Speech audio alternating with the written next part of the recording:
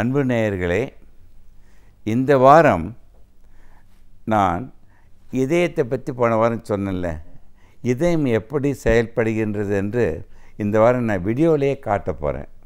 அந்த வீடியோ கிளிப்பிங்கில் பார்க்கும்போது உங்களுக்கு இன்னும் நல்லா புரிகிற மாதிரி கட்டாயம் இருக்குன்னு நினைக்கிறேன். இதை பாருங்கள், இதுதான் இதயம். இதயம் அந்த வீடியோவில் பாருங்கள், மார்புக்கூட்டில் வலது பாகத்தில் கொஞ்சம் சாய்வாக இருக்குது, அது இடது பாகத்தை பார்த்து சாய்ஞ்சு இருக்குது. அந்த இதயத்தை பாருங்கள், உள்ளே வரும்பொழுது அந்த இதயத்தில் 4 அறைகள், முதலே சொன்ன மாதிரி இடது பாகத்தில் 2, அந்த இடது பாகத்தில் இருக்க அறைகளை தான் ரத்தம் சிகப்பாக இருக்குது. வலது பாகத்தில் இருக்க அறைகளை பாருங்கள், அந்த ரத்தம் ப்ளூவாக இருக்கின்றது. இது முக்கியமாக இந்த ஸ்லைடு அப்படி தொடர்ந்து வீடியோ பார்க்கும் பொழுது அந்த வலது பாகத்தில் இருக்கிற ரத்தம் பல்மனை ஆற்றி மூலம் நுரையீரலுக்கு எடுத்து செல்லப்படுது. நுரையீரலுக்கு எடுத்து செல்லப்பட்டு அந்த ரத்தம் எல்லாம் சுத்தமாகப்படுகின்றது. எப்போ அங்கே தான் ஆக்சிஜன், கார்பன் டை ஆக்சைடு வெளியில் போய் ஆக்சிஜன் உள்ளே சேருது. சேர்ந்த பியூரான பிளட்டு மறுபடியும் இடது பாகத்துக்கு மகாதமனி மூலம் எல்லா இடத்துக்கும் போகுது. இதை பார்த்திங்கன்னா அந்த சின்னதாக ஒரு இது மாதிரி மணல் இது மாதிரி இது பாருங்கள், பீச் மாதிரி இது அவ்வளோ millions and millions of cells தான் காட்டுது. அந்த செல்லில் ரத்தம் சீராக போயிட்டே இருக்கணும். அந்த செல் போகும்பொழுது அந்த ரத்தத்தில் இருக்கிற ஆக்சிஜனை எடுத்துக்குது. சிகப்பு ரத்தத்திலேருந்து ஆக்சிஜன் எடுத்துகிட்டு அந்த இருக்க கார்பன் டை ஆக்சைடு ரத்தத்தில் திரும்பி செலுத்தி அது வெயின்ஸ் மூலம் மறுபடியும் ரத்தம் ப்ளூ ரத்தம், அதாவது வீனஸ் பிளட்டாக இதயத்துக்கு வருது. மறுபடியும் உங்களுக்கு சொல்கிற மாதிரி புரியுது பாருங்கள். இதயம் மார்புக்கூட்டில் இருக்கின்றது ரொம்ப பத்திரமாக. அந்த இதயம் பாருங்களேன், மறுபடியும் சொல்கிறேன், அதை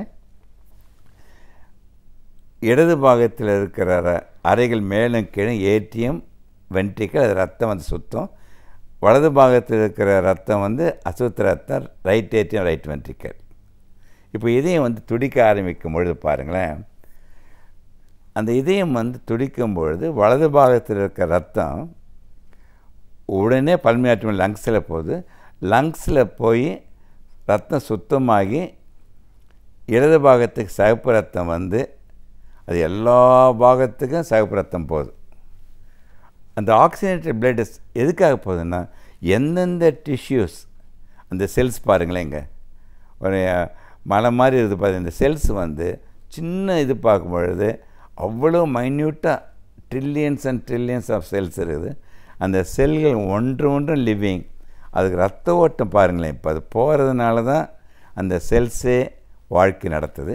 அந்த செல்ஸில் இருக்கிற சுத்திரத்தை எடுத்துக்கிட்டு அசுத்த ரத்தத்தை வெளியில் எடுத்து போய் வீனஸ் பிளட் மூலம் கேப்லரிஸ் வென்யூல்ஸ் மூலம் அந்த ரத்தம் கருப்பான உடனே வெளியில் மறுபடியும் அது இதயத்துடைய வலது பாகத்துக்கு அந்த சர்க்குலேஷன். இதான் பல்மனரி அண்ட் சிஸ்டமிக் சர்க்குலேஷன். பல்மனரின்றது லங்ஸில் போய் சுத்தப்படுத்துறது, சிஸ்டமிக்ன்றது உடம்பில் உள்ள எல்லா பாகங்களுக்கும் போய் ரத்தத்தை செலுத்தி மறுபடியும் திருப்பி கொண்டு வர்றது. இதுதான் ஹார்ட் சர்க்குலேஷன். இப்போ இன்னொரு ஸ்லைடு மூலம், இன்னொரு வீடியோ மூலம் இன்னும் அது விளக்கி சொல்கிறதுக்கு விரும்புகிறேன் நான். ஏன்னா இப்போ நிறைய நேயர்கள் அது எல்லாம் புரிஞ்சுக்கிறாங்க. அதுக்காக தான் இதை நான் விளக்கமாக சொன்னேன். இந்த வாரம் நான் முயற்சி பண்ணுறேன். இந்த வாரம் பார்த்திங்கன்னா இது தொடர்ச்சியாக, ஆனால் உங்களுக்கு கன்ஃபியூஸில் பண்ண ஈஸியாக புரிஞ்சிக்க முடியும். ஏன்னா இப்போல்லாம் எல்லாம் ரொம்ப நல்லா ஈஸியாக புரிஞ்சுக்கிறீங்க. இதை பார்த்திங்கன்னா இதை பாருங்கள். இப்போ மறுபடியும் அந்த இதயத்தை என்ன பண்ண போகிறேன்னா, இதய அமைப்பை க்ளோஸ்அப் வியூவில் பாருங்களேன். லெஃப்ட் சைடில் உங்களுக்கு முதலே சொல்லியிருக்கேன், லெஃப்ட் சைடு ஹார்ட்டில் ஏடிஎம் வென்ட்ரிக்கல், இடது பாகத்தில் சுத்த ரத்தம். மேலே இருக்கிறது லெஃப்ட் ஏடிஎம், கீழே இருக்கிறது லெஃப்ட் வென்ட்ரிக்கல். அதேமாதிரி ரைட் சைடில் ரைட் ஏடிஎம் ரைட் வென்ட்ரிக்கல், அது சொல்லிட்டேன். இப்போ இந்த 4 சேம்பர், அந்த இடது பாகம் வலது பாகம் கனெக்ஷனே இருக்கக்கூடாது. அந்த வேல்வ்ஸ் 4 வேல்வ்ஸ் இருக்குது. இப்போ பார்த்தீங்கன்னா 2 சைடில் லங்ஸை காட்டுறேன். அந்த லங்ஸில் பாருங்களேன், அந்த சுத்தமான ரத்தம் பல்மனரி வெயின்ஸ் மூலமாக லெஃப்ட் சைடு ஏடிஎத்துக்கு வருது பாருங்கள் அந்த ரத்தம். லெஃப்ட் சைடு ஏடிஎத்துக்கு அந்த ரத்தம் வந்த உடனே அங்கேருந்து மேலே இருக்க அறை வந்து கீழே இருக்கிற அறைக்கு வரும். அது வந்து லெஃப்ட் வென்ட்ரிக்கிளுக்கு ரத்தம் வருது. இது பார்த்திங்கன்னா ஈஸியாக வீடியோவில் உங்களுக்கு ஈஸியாக புரியும். ஸோ சுத்தமாகப்படுகின்ற அந்த மிஷின் பேர் தான் லங்ஸ். பிராணவாயை சுவாசிக்கும் பொழுது லங்ஸ் அடிவாகி அங்கேருந்து லெஃப்ட் ஏடிஎம் லெஃப்ட் வென்ட்ரிக்கல் கீழே இருக்கிற அறைகளுக்கு வந்து அந்த ரத்தம் சுத்தமாக இங்கே வந்த உடனே வரதை காட்டுறேன். கொஞ்சம் நிதானமாகவே பாருங்கள். அது அந்த நுரையீரல் வந்து பெரிய ஒரு ஸ்பாஞ்ச் மாதிரி இருக்கும். அங்கேயும் வந்து மில்லியன்ஸ் ஆஃப் அந்த ஆல்வியோலி என்ற சுவாச பைகள் இருக்குது. அது மூலம் தான் அந்த சுத்த ரத்தத்தை எடுத்து அசுத்த ரத்தத்தை எக்ஸ்சேஞ்ச் பண்ணுற பேக் அதான் முக்கியமானது. இப்போ அங்கே பார்த்துக்கிட்டே இருந்தீங்கன்னா உங்களுக்கு ஒன்று நல்லா புரியும். உங்களுக்கு அந்த நுரையீரலும் அந்த லங்ஸும், அதில் லங்ஸுன்ற நுரையீரல் பாருங்கள். அது வரும்பொழுது அந்த நுரையீரல்லேருந்து நுரையீரல் ஒரு நாளைக்கு சுவாசம் ஒரு நிமிடத்திற்கு எவ்வளோ தூரம் சுவாசிக்கிறோன்னா 18 முறை, 15லேருந்து 18 முறை. இதயம் வந்து ஒரு நிமிடத்திற்கு 72 முறை. ஒரு சுவாசம் இருக்கும் பொழுது 4 இதய துடிப்புகள், அதான் 1:4 வந்து ரேஷியோவில் எப்பொழுதுமே இருக்குங்க. இப்போ வந்து பாருங்களேன், அந்த ஒரு நிமிடத்திற்கு 18 முறை சுவாசிக்கிறோம். ஒரு நிமிடத்திற்கு வந்து இதயம் வந்து 72 முறை. நான் சொன்ன மாதிரி சில பேர் கொஞ்சம் மாற்றுங்க, 15 முறை கூட இருக்கலாம். சுவாசித்து உள்ளே இழுத்து வெளியில் வர்றது வந்து ஒரு சுவாசன்ற பெயர். இப்போ பார்த்தீங்கன்னா இதை வந்து பாருங்கள், இதயத்தில் வந்து அந்த ரத்தம் லெஃப்ட் வென்ட்ரிக்கில் இருந்து அது பம்ப் பாருங்களேன், அந்த லெஃப்ட் ஏற்றியத்துக்கு வருது. லெஃப்ட் ஏற்றியத்திலேருந்து அந்த இதய வால்வு வந்து திறந்து இது பாருங்கள், லெஃப்ட் வென்ட்ரிக்கிள் வந்து லெஃப்ட் வென்ட்ரிக்கிலிருந்து அந்த பிளட்டு வந்து அந்த அயோட்டிக் வால்வு வழியாக போய் எல்லா பாகத்துக்கும் ரத்தம் வந்து இதயத்தை விட்டு செல்லணும். இதை பார்த்தீங்கன்னா முக்கியமாக வந்து இந்த சர்க்குலேஷன் வந்து அந்த இதயத்தை விட்டு போகுது இல்லைங்க, அந்த அயோட்டாலேருந்து. அந்த படத்தை பாருங்களேன், அது இதயத்திலேருந்து போகிற அயோட்டா சுத்த ரத்தத்தை வந்து முதல்ல சொன்ன எல்லா பாகத்தையும் எடுத்துகிட்டு போகுது, எல்லா டிஷ்யூஸுக்கும் எடுத்துகிட்டு போயிட்டு அந்த சுத்த ரத்தத்துக்கு ஆக்சிஜன் எடுத்து அந்த டிஷ்யூ வந்து ஒவ்வொரு டிஷ்யூம் லிவிங் டிஷ்யூ சுவாசிக்குது. அதுலேருந்து என்ன ஆகுதுன்னா, அது சுவாசித்து எடுத்த ஆக்சிஜனுக்கு அப்புறம் அதுக்கு ஆக்சிஜன் கம்மியாக ஆச்சுன்னா டீஆக்சிஜனேட் வீனஸ் பிளட்டாக மாறி அந்த வீனஸ் பிளட்டை ஃபுல்லாக வந்து வெயின்ஸ் மூலம் மறுபடியும் இதயத்துக்கு திரும்பி வரணும். அது இதயத்துக்கு வந்த பிறகு தான் நுரையீரலுக்கு மறுபடியும் போய் சுத்தப்படுத்தணும். அதான் இந்த வீடியோ காட்டுறேன் பாருங்களேன். இது நிதானமாக பார்த்தீங்கன்னா எல்லாருமே புரிஞ்சிக்க முடியும், ரொம்ப சுலபமாக இருக்கும். ஸோ அது எப்படி திரும்பி வருது பார்த்தீங்களா, அது வந்து அசுத்திரத்தின் ப்ளூவாக இருக்கிற கோட்டு மூலம் அது வந்து சுப்பீரியர் வேனா கேவா இன்ஃபீரியர் வேனா கேவா என்ற பெரிய வெயின்ஸ் மூலம் இதயத்துடைய வலது பாகத்துக்கு வருது, ரைட் ஏற்றியத்துக்கு. ரைட் ஏற்றியத்துலேருந்து கீழே ட்ரைக்கஸ்பியர் வால்வு வழியாக ரைட் வென்ட்ரிக்கிள் கீழே அறைக்கு போகுது வலது பாகத்தில். அங்கேருந்து பல்மனரி ஆர்டரி என்ற அந்த நுரையீரலுக்கு செல்கிற பெரிய இரத்த குழாய் மூலம் லங்ஸுக்கு போகுது பாருங்கள், 2 லங்ஸுக்கும். அந்த லங்ஸுக்கு அந்த அசுத்த ரத்தம் போகும்பொழுது அந்த இடத்துல நுரையீரல் ஆல்ரெடி வந்து சுத்தமான காற்று நம்ம சுவாசிக்கும் பொழுது அந்த சுத்தமான காற்று வந்து ஆக்சிஜனை ரத்தத்தில் செலுத்தி அந்த வீனஸ் பிளட்டில் இருக்கிற கார்பன் டை ஆக்சைடு வெளியில் எடுத்து வெளியில் சுவாசிக்கிறபடி வெளியில் போயிடுது. மூச்சு விடும் பொழுது உள்ளே இழுக்கும் பொழுது அந்த அசுத்த ரத்தம் போய் சுத்த ரத்தம் சுத்த காற்று ரத்தத்தில் கலந்து இதான் சர்க்குலேஷன் பேருங்க. இதை நீங்கள் அனைவரும் தெரிஞ்சு வச்சுக்கணும். ஸோ அல்டிமேட்டாக என்ன ஆகுதுன்னா, இந்த சர்க்குலேஷன்றது பல்மனரி சர்க்குலேஷன், லங்ஸு வந்து ரத்தத்தை வந்து உங்களுக்கு பியூரிஃபை பண்ணி சுத்த ரத்தம் லெஃப்ட் சைடில் வந்து சிஸ்டமிக் சர்க்குலேஷன் உடம்புல எல்லா பாகத்துக்கும் அது எடுத்து செல்லப்படுகின்றது. இதுதான் பிளட், ஹார்ட் அண்ட் சர்க்குலேஷன் பேருங்க. சமூகம் என்பது நன்மை தீமை அடக்கியவை. இதில் நன்மை எவை தீமை எவை என்பது நாம் அறிந்து கொள்வது மிகவும் அவசியமாகின்றது. அந்த வகையில் சமூகத்தை பற்றி நம் இடையே பேச வருகிறார் மனுஷபுத்திரன் அவர்கள். நம் விடியலைவா நிகழ்ச்சியின் அடுத்த பகுதியாக வரவிருப்பது தீதும் நன்றும்.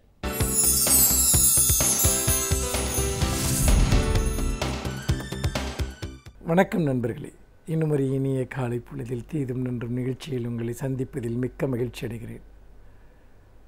பொதுவாக மூட நம்பிக்கைகள் என்பது நீண்ட காலமாக இருந்து வரக்கூடிய ஒன்றாக இருந்திருக்கிறது. காலம் காலமாக மனிதர்கள் தங்களுக்கு நடக்கக்கூடிய விஷயங்கள் எல்லாம் தனக்கு அப்பாற்பட்ட சக்திகளால் தான் நடக்கின்றன என்கிற நம்பிக்கையை கொண்டிருக்கிறார்கள். எவ்வளவோ அறிவியல் வளர்ச்சி அடைந்த போதும் விஞ்ஞானம் வளர்ச்சி அடைந்த போதும் இந்த மூட நம்பிக்கைகள் ஒளிந்தபாடில்லை. உதாரணமாக இன்றைக்கு நீங்கள் எந்தெந்த துறைகளிலெல்லாம் அந்த மூட நம்பிக்கைகள் பெரிய அளவிற்கு வளர்ச்சி பெற்றிருக்கின்றன என்று பார்த்தால், குழந்தை பெற்றுக்கொள்கிற நேரம் கூட இயற்கையாக அமைவதற்கு பதிலாக அந்த ராகு காலம், யமகண்டம் இதெல்லாம் பார்த்து ஒரு குறிப்பிட்ட தினத்தில்தான் அந்த குழந்தையை பெற்றுக்கொண்டால் தான் நல்லது என்கிற நிலையில் பல மருத்துவர்கள் அதை ஒரு தந்திரமாக, வியாபார தந்திரமாக பயன்படுத்துகிறார்கள் என்கிற செய்திகள் எல்லாம் வருகின்றன. அதாவது ஒரு குறிப்பிட்ட ஒரு தினங்களுக்கு முன்பாகவே அந்த நல்ல நாள் என்கிற அடிப்படையில் அந்த குழந்தைகளை சிசேரியன் செய்து எடுத்து விடுவது, அதுதான் ஒரு ராசியானது என்கிற ஒரு எண்ணம் கூட மக்களிடம் வந்துவிட்டது. எப்படி ஒரு மனித ஒரு மேம்பாட்டிற்காக அல்லது மனித குலத்தினுடைய மேம்பாட்டிற்காக, உயிர்களினுடைய மேம்பாட்டிற்காக உருவாக்கப்பட்ட அறிவியல் தொழில்நுட்பத்திற்குள் கூட இந்த மூட நம்பிக்கைகள் வந்துவிட்டன என்பதை பார்க்கிற போது நமக்கு ஒரு மிகப்பெரிய ஒரு அதிர்ச்சி மேலிடுகிறது. அதே போல் இன்னும் பல துறைகளில் வீடு கட்டுவதை நீங்கள் எடுத்துக்கொள்ளுங்கள். அதில் இந்த வாஸ்து போன்ற முறைகள் இன்றைக்கு மிகப்பெரிய அளவிற்கு பிரபலமாகிவிட்டதை நாம் பார்க்கிறோம். அதாவது நீங்கள் சில பொறியாளர்கள் இருக்கிறார்கள் அல்லது சில ஒப்பந்தக்காரர்கள் இருக்கிறார்கள்.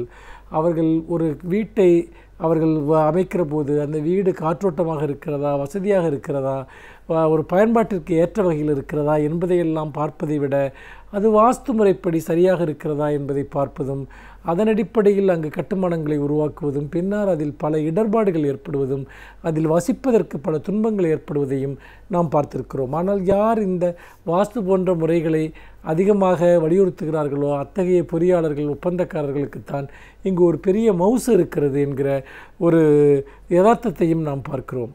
இது ஒரு புறம். இன்னொரு புறம் நீங்கள் பார்த்தீர்கள் என்றால், நிறைய தங்களுடைய பெயர்களை மாற்றிக்கொண்டால் அதிலிருந்து நமக்கு சில நன்மைகள் கிடைக்கும். நம்முடைய பெயர் ஒரு ராசி இல்லாத பெயர் என்று பெயர்களை மாற்றிக்கொள்ளக்கூடியவர்கள் அல்லது பெயர்களில் இருக்கக்கூடிய சில எழுத்துக்களை மாற்றிக்கொள்ளக்கூடியவர்கள், இதெல்லாம் இன்றைக்கு ஒரு மிகப்பெரிய ஒரு வர்த்தகமாக இன்றைக்கு மாறிக்கொண்டிருக்கக்கூடிய ஒரு நிலையை நாம் பார்க்கிறோம். இன்னொரு புறம் நீங்கள் பார்த்தீர்கள் என்றால், ஒரு குறிப்பிட்ட ஒரு மோதிரக்கல்லை அல்லது மோதிரங்களை, சில ஆபரணங்களை அணிந்து கொண்டால் நமக்கு பல நன்மைகள் கிடைக்கும் என்பது போன்ற கட்டுக்கதைகள் எல்லாம் பரப்பப்படுகின்றன. இவ்வளவு கல்வி வளர்ச்சி பெற்ற காலத்தில், இவ்வளவு விழிப்புணர்ச்சி பெற்ற காலத்தில் மனிதர்களிடம் எப்படி இத்தகைய நம்பிக்கைகள் தொடர்ந்து பரவுகின்றன என்பதுதான் ஆச்சரியமான ஒன்று. ஆனால் இது ஏதோ ஒரு சாமானிய மக்கள் அல்லது அவ்வளவு விழிப்புணர்வற்ற மக்கள் தான் இதை செய்கிறார்கள் என்று நாம் நினைத்துவிடக்கூடாது. மாறாக ஒரு மிகவும் படித்த மனிதர்கள் அல்லது தர்க்க ரீதியாக சிந்திக்கக்கூடிய மனிதர்கள், ஒரு அறிவியல் பூர்வமாக சிந்திக்கக்கூடிய மனிதர்கள் என்றெல்லாம் நாம் நம்பக்கூடியவர்களிடம் கூட இது போன்ற மூட நம்பிக்கைகள் மண்டி கிடப்பதை பார்க்க முடிகிறது. நாம் நிறைய நீங்கள் ஒரு பொது வாழ்க்கையில் இருக்கக்கூடியவர்கள், மருத்துவர்கள், ஏன் விஞ்ஞானிகளிடம் கூட அப்படிப்பட்ட நம்பிக்கைகள் இருக்கக்கூடியதை நாம் பார்க்கிறோம். ஆனால் இந்த தனிப்பட்ட மனிதர்களுடைய இந்த நம்பிக்கைகள் என்பது, அது ஒரு சமூகத்தில் செல்வாக்கு மிக்க மனிதர்கள் அத்தகைய மூட நம்பிக்கைகளை கொண்டிருக்கிற போது அது சமூகத்தில் வேகமாக பரவ ஆரம்பிக்கிறது.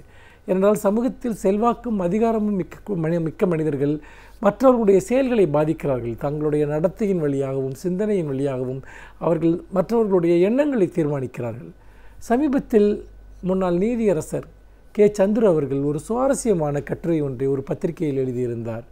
அதாவது நீதிபதிகளிடம் இருக்கக்கூடிய ஒரு மூட நம்பிக்கை பற்றியது. அது பொதுவாக 13ஆம் எண் என்பது அது ஒரு மோசமான எண் என்கிற ஒரு நம்பிக்கை இங்கு இருக்கிறது. அது கூட நம்முடைய பாரம்பரியமான நம்பிக்கைகளிலிருந்து உருவான ஒரு விஷயம் கிடையாது. ஆங்கிலேயர்கள் அவர்களுடைய மரபில் அந்த 13 என்கிற எண்ணை ஒரு துர் எண்ணாக அல்லது துரதிர்ஷ்டத்தின் எண்ணாக அல்லது ஒரு ஈவில் எண்ணாக அவர்கள் கருதுகிறார்கள். அந்த 13 என்பது கெட்ட விஷயங்களை கொண்டு வரும் என்பது அவர்களுடைய ஒரு பழங்கால நம்பிக்கை. அதற்கு எந்த விதமான அறிவியல் ஆதாரமும் கிடையாது. ஆனால் அது நீண்ட காலமாக அவர்கள் பலரிடம் அதை நம்பக்கூடிய ஒரு மேற்கத்திய நாட்டவர்கள் இருக்கிறார்கள். அதன் அடிப்படையில் நிறைய இந்த பேய் படங்கள் அல்லது பேய் பிசாசு படங்கள் எல்லாம் கூட அங்கு தொடர்களாக வந்திருக்கின்றன. உதாரணமாக ஃப்ரைடே 13th என்கிற ஒரு பேய்த்தொடர், பேய்ப்படங்களினுடைய அந்த தொடர் வரிசை திரைப்படங்கள் கூட ஒரு காலத்தில் வெளிவந்தன. அந்த அதே போல் இந்த 13ஆம் எண் அந்த அறைக்குள் ஏதோ சம்பவங்கள் எல்லாம் நடப்பது போன்ற திரைப்படங்கள் எல்லாம் எடுக்கப்பட்டிருக்கின்றன. அதை பின்பற்றி நம்முடைய நாட்டிலும் கூட அப்படிப்பட்ட ஒரு பீதியூட்டக்கூடிய அந்த எண்கள், அதாவது இந்த 13ஆம் நம்பர் வீடு என்று கூட ஒரு திரைப்படம் வந்தது. அதே போல் சில படங்களில் 13ஆம் எண் அறையில் மர்மமான செயல்கள் நடப்பது போன்ற தமிழ் படங்கள் கூட வந்திருக்கின்றன. ஆக ஆங்கிலேயர்களிடமிருந்து பரவிய இந்த மூட நம்பிக்கை என்பது இங்கும் கூட பரவலாக இருக்கிறது. நான் நிறைய விடுதிகளில் பார்த்திருக்கிறேன் 13ஆம் நம்பர் அறை இருக்காது. எப்படி ஒரு மூட நம்பிக்கை என்பது உலகளாவிய அளவில் பரவ முடியும் என்பதற்கு இது உதாரணம். சந்துரு அவர்கள் எழுதியிருக்கக்கூடிய ஒரு விஷயம், நீதித்துறைக்குள் இந்த 13ஆம் எண் என்பது எப்படி இருக்கிறது என்பதை பற்றி எழுதியிருக்கிறார். சமீபத்தில் கேரளாவில் ஆட்சி மாற்றம் நடந்தபோது அங்கு பழைய இதற்கு முன்னால் பயன்படுத்திய அமைச்சர்கள் பயன்படுத்திய அந்த சிறப்பு எண்கள் கொண்ட அந்த கார்கள் இப்பொழுது பதவியேற்றவர்களிடம் வந்தபோது 13ஆம் எண் உள்ள கார் மட்டும் இல்லை என்பதை கண்டுபிடித்தார்கள். அதை யாரும் அந்த எண்ணை வாங்கவில்லை என்று. நீதித்துறைக்குள்ளும் இத்தகைய போக்கு இருப்பதை சுட்டிக்காட்டுகிறார்கள். நம்முடைய பல நீதிமன்றங்களில், நீதிமன்ற வளாகங்களில் 13ஆம் நம்பர் என 13ஆம் எண் அறையே இருப்பதில்லை என்பதையும் அதை வைத்து கட்டுவதில்லை என்பதையும் சந்துரு அவர்கள் எழுதியிருக்கிற போது ஒரு பெரிய அதிர்ச்சி நமக்கு ஏற்படுகிறது. அதோடு மட்டுமில்லாமல் பல சுவாரஸ்யமான விஷயங்களை அவர் சுட்டிக்காட்டுகிறார். ஒருவர் இதை எதிர்த்து நீதிமன்றத்திற்கு செல்கிறார். ஏன் 13ஆம் எண் அறை இருக்கக்கூடாது, இது ஒரு மூட நம்பிக்கை, 13 என்பது ஒரு தவறான எண் என்பது பகுத்தறிவுக்கு புறம்பானது, ஆகவே 13ஆம் எண் அறையை எனக்கு தர வேண்டும், அந்த எண்ணிற்கு நான் தங்கக்கூடிய அறைக்கு 13ஆம் எண் வழங்கப்பட வேண்டும் என்று அந்த நீதிபதி அவர்கள் போராடுகிற போது உயர்நீதிமன்றம் அவருடைய மனுவை தள்ளுபடி செய்ததுடன் அவருக்கு அபராதமும் விதிக்கிறது. உச்சநீதிமன்றம் அவருடைய கோரிக்கையை ஏற்கிறது. அவருக்கு அந்த எண் கொடுக்கப்பட வேண்டும் என்று சொல்கிறார்கள். ஆனால் அவர்கள் என்ன செய்தார்கள் என்றால் 13ஆம் எண் எண் என்கிற எண்ணே வராமல் 1A 1B இது போன்ற ஒரு எண் வரிசைகளை கொடுத்து 13 என்கிற எண் வராமலேயே அவர்கள் அந்த ஏற்பாடுகளை மாற்றி விடுகிறார்கள். அதோடு மட்டுமல்ல, இன்னொன்றையும் சந்துரு அவர்கள் தன்னுடைய அந்த கட்டுரைகளை சுட்டி காட்டுகிறார். அதாவது ஒரு நீதிபதி அவருக்கு 7ஆம் எண் தான் ராசி என்பதற்காக 7ஆம் எண் உள்ள அறையில் தான் அவர் வழக்குகளை விசாரிப்பார் என்றும், ஏதாவது வேறு நீதிமன்றத்திற்கு விசாரணைக்கு வந்தால் கூட வேறு நீதிபதிகள் அந்த எண்ணை பயன்படுத்தினால் அதை கொடுக்க வேண்டும் என்று சொல்வார் என்று கூட சொல்லுகிற போது எந்த அளவிற்கு நீதித்துறையில் மண்டியிருக்கக்கூடிய இந்த மூடநம்பிக்கை என்பது ஆட்சி செலுத்துகிறது என்பதையும், நீதி என்பது மனிதாபிமானத்தின் அடிப்படையில், அறிவின் அடிப்படையில் வழங்கப்பட வேண்டிய ஒன்று, நீதிபதிகளிடம் இருக்கக்கூடிய மூட நம்பிக்கைகள் மிக மிக ஒரு வேடிக்கையானவை, அது ஏற்புடையதல்ல என்பதையும் சுட்டிக்காட்டுகிறார். பகுத்தறிவு சார்ந்த சிந்தனைகளும் தான் மனித குலத்தை மேம்படுத்தி முன்னோக்கி செலுத்தும் என்கிற வகையில் இதுபோன்ற அபத்தங்களை கைவிடுவதுதான் ஒரு சமூக முன்னேற்றத்திற்கு மிகவும் அவசியம் என்று சொல்லி மீண்டும் இன்னும் ஒரு புதிய சிந்தனையோடு உங்களை சந்திக்கிறேன். நன்றி, வணக்கம். பல்வேறு துறைகளை சார்ந்த பிரபலங்கள் அவர்களுடைய அனுபவங்களை நம்முடன் பகிர்ந்து கொள்ளும் போது அது நமக்கு சிறந்த வழிகாட்டியாக அமைகின்றது. அந்த வகையில் இன்றைய சிறப்பு விருந்தினர் யார் என்பதை பற்றியும் அவர்கள் என்ன செய்திகளை நம்முடன் பகிர்ந்து கொள்ளப் போகிறார் என்பதையும் பார்க்கலாம். நம் விடியலை வா நிகழ்ச்சியின் அடுத்த பகுதியாக வரவிருப்பது சிறப்பு விருந்தினர் பகுதி.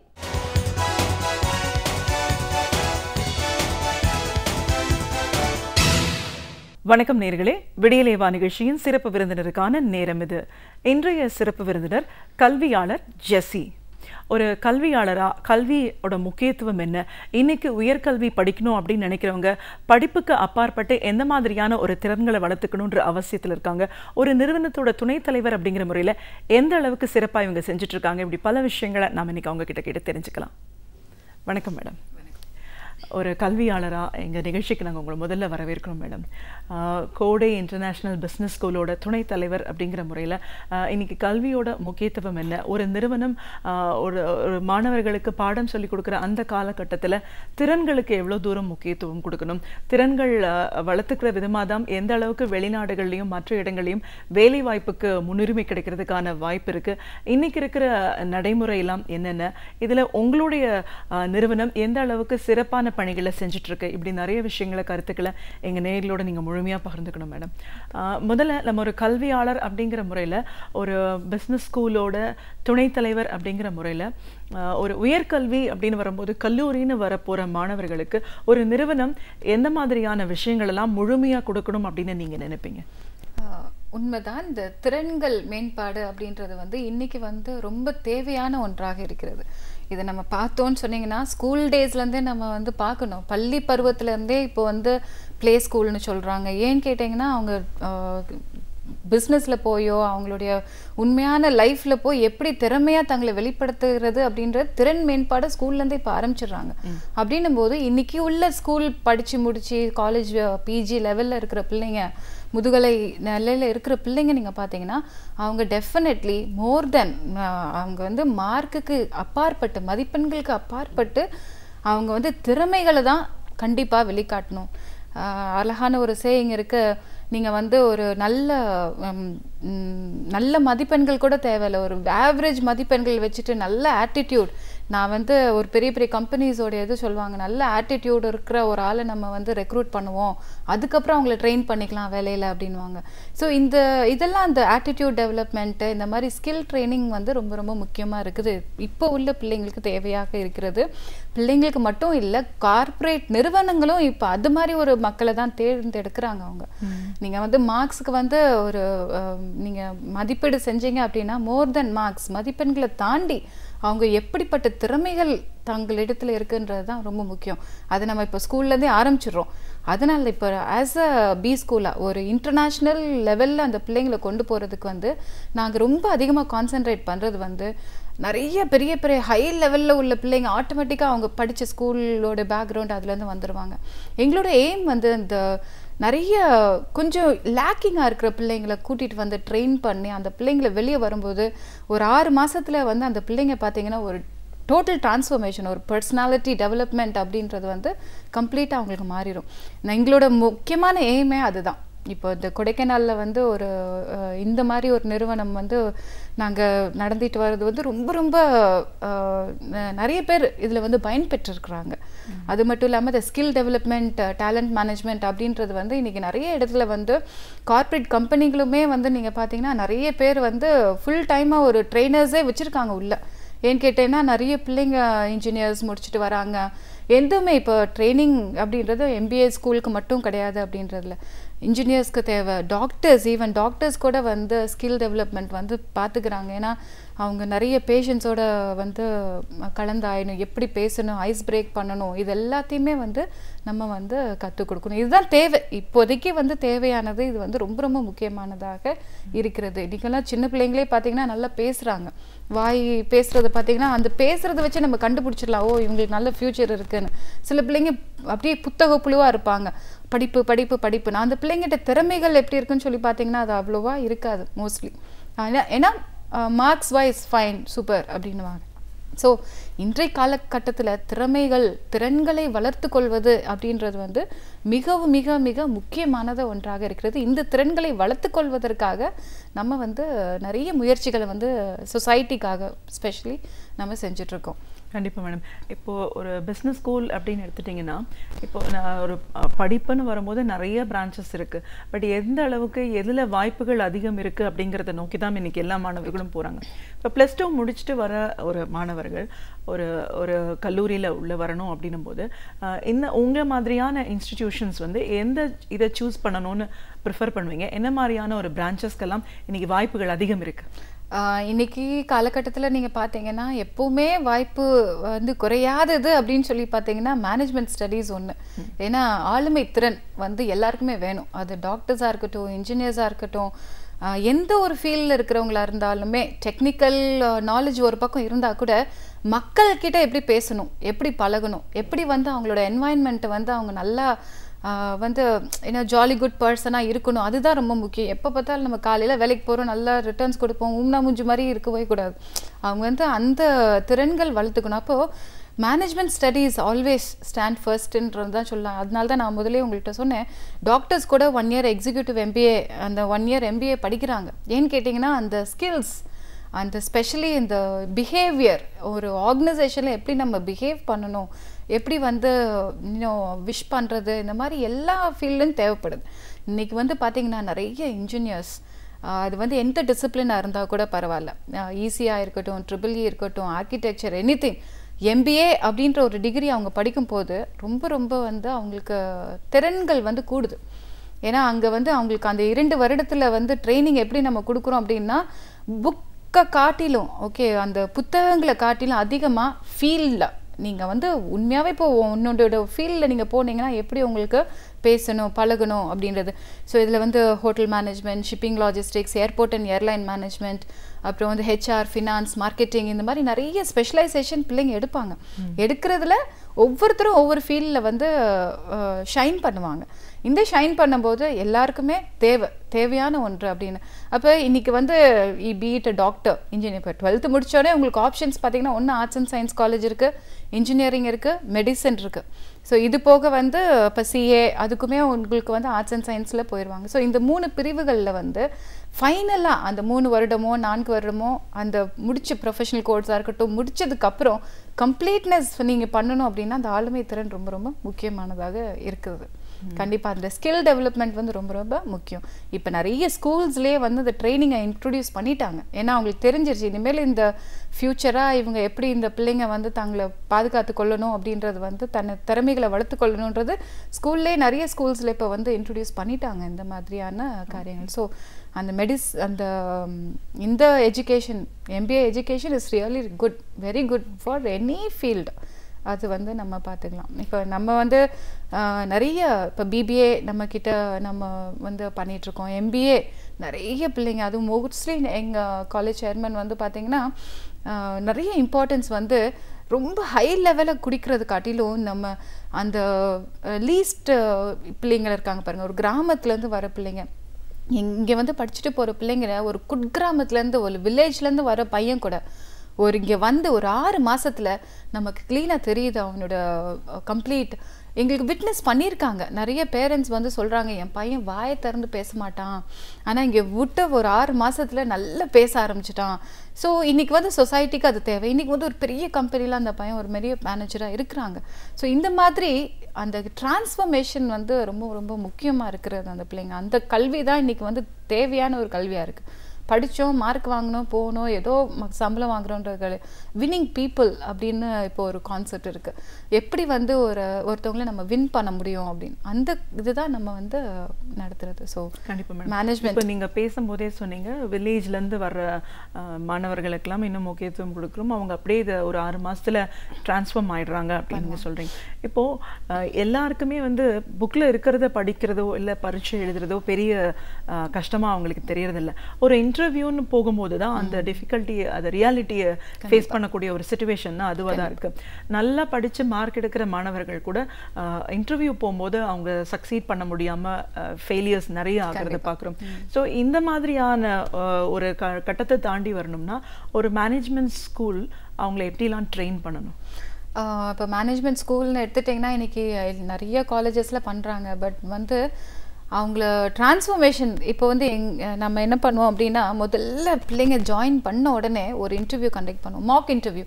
நீ வந்து படித்து முடிச்சுட்டு தான் இன்டர்வியூ அட்டென்ட் பண்ணுறதுன்னு கிடையாது. இப்போ காலேஜுக்குள்ளே இருக்கிற அந்த 2 வருஷத்துலேயே கிட்டத்தட்ட ஒரு 4 இன்டர்வியூ அட்டென்ட் பண்ணிடுவாங்க. அந்த 4 இன்டர்வியூமே பார்த்தீங்கன்னா அப்படியே கம்ப்ளீட்டாக வந்து கார்ப்பரேட்டில் போய் அவங்க எப்படி இன்டர்வியூ அட்டென்ட் பண்ணுவாங்களோ அப்படி தான் பயப்படுவாங்க அந்த பசங்க. ஸோ முதல் முறையாக அவங்க காலேஜில் ஜாயின் பண்ண உடனே ஒரு இன்டர்வியூ நாங்கள் கண்டக்ட் பண்ணுவோம் அந்த பிள்ளைங்களுக்கு. அதில் டாப் பீப்புள் அப்படியே it is a typical interview அந்த மாதிரி தான் இருக்கும். அப்போ வந்து நம்ம வந்து ஒரு கொஷின் நம்ம கேட்போம் கண்டிப்பாக எல்லா பிள்ளையும். ஓகே 100 ஸ்கேலில் 100 பாயிண்ட் ஸ்கேலில் நீ வந்து உன்னை இப்போதைக்கு இங்கிலீஷ் லாங்குவேஜாக இருக்கட்டும், உன்னுடைய பர்சனாலிட்டியாக இருக்கட்டும், இதில் எல்லாத்துலேயும் எந்த இடத்துல உன்னைய வைக்கிற அப்படின்னு சொன்னால் அந்த பிள்ளை வந்து சொல்லுவாங்க ஒரு 5% தான் நான் இருக்கேன் அப்படின்னு சொல்லுவாங்க. அதுக்கப்புறம் அதே இன்டர்வியூ ஒரு 6 மாதம் கழிச்சு இதே மாதிரி மறுபடியும் ஒரு இன்டர்வியூ வைக்கும்போது அந்த கான்ஃபிடென்ஸ் லெவல் அவங்களுக்கு கூடுது. ஸோ அப்படின்னும் போது எல்லாமே கம்ப்ளீட்டாக வந்து அந்த ஸ்டூடெண்ட்ஸுக்கு வந்து அப்படியே கொஞ்சம் கொஞ்சமாக எங்களுக்கே தெரியுது அந்த பர்டிகுலர். இப்போ எப்படி ஒரு டாக்டர்ஸ் ஒரு பேஷண்ட்டாக நம்ம போனோம்னா கேஷீட்னு நமக்கு ஒன்று வச்சுருப்பாங்க, நம்மளோட ஹிஸ்ட்ரி எல்லாமே எழுதியிருப்பாங்க. அது மாதிரி அந்த பர்டிகுலர் ஸ்டூடெண்ட்டோட ஹிஸ்ட்ரி நம்ம கையில் இருக்கும். ஸோ ஃபஸ்ட்டு அதை இந்த ஜாயின் பண்ண டேட்டில் இந்த வித்தின் 1 month ஹவு யூ வேர், அப்புறம் ஒரு 6 மாதம் கழிச்சு எந்த இடத்துல நீங்கள் முன்னேறி இருக்கீங்க அப்படின்னு. ஸோ அந்த 1.5 வருஷ காலத்துலேயோ நீங்கள் பார்த்தீங்கன்னா நல்ல டெவலப்மெண்ட் ஆயிரும். அப்போ அவங்களுக்கு அந்த கோர்ஸை படித்து முடிச்சுட்டு வெளியே போகும்போது சுத்தமாக பயமே இருக்காது. இன்டர்வியூ போகிறோமே, என்ன இன்டர்வியூனாலும் பரவாயில்ல எங்களுக்கு பிரச்சனையே இல்லை அப்படின்னு அந்த ஒரு கான்ஃபிடென்ட் வந்து அவங்களுக்கு வந்துடும். ஸோ இப்போ ஒரு பிஸ்னஸ் ஸ்கூலில் ஒரு MBA முடிச்சுட்டு வெளியில் வர்ற மாணவர்களுக்கு வேலை வாய்ப்புன்னு பார்த்தீங்கன்னா இந்தியாலையும் சரி வெளிநாடுகளையும் சரி எந்த அளவுக்கு இருக்குன்னு சொல்லுவீங்க? இருக்கு மேம். இப்போ வந்து பார்த்தீங்கன்னா இந்தியாலேயும் சரி வெளிநாடுகள்லேயும் சரி MBA அப்படின்னா ஒரு தனி மதிப்பு எப்போவுமே இருக்கிறது தான். அதுக்கு இல்லைன்னு மட்டும் நம்ம சொல்லவே முடியாது. அதுவும் நிறைய கம்பெனிஸ் இப்போ வந்து வந்துக்கிட்டே இருக்கு.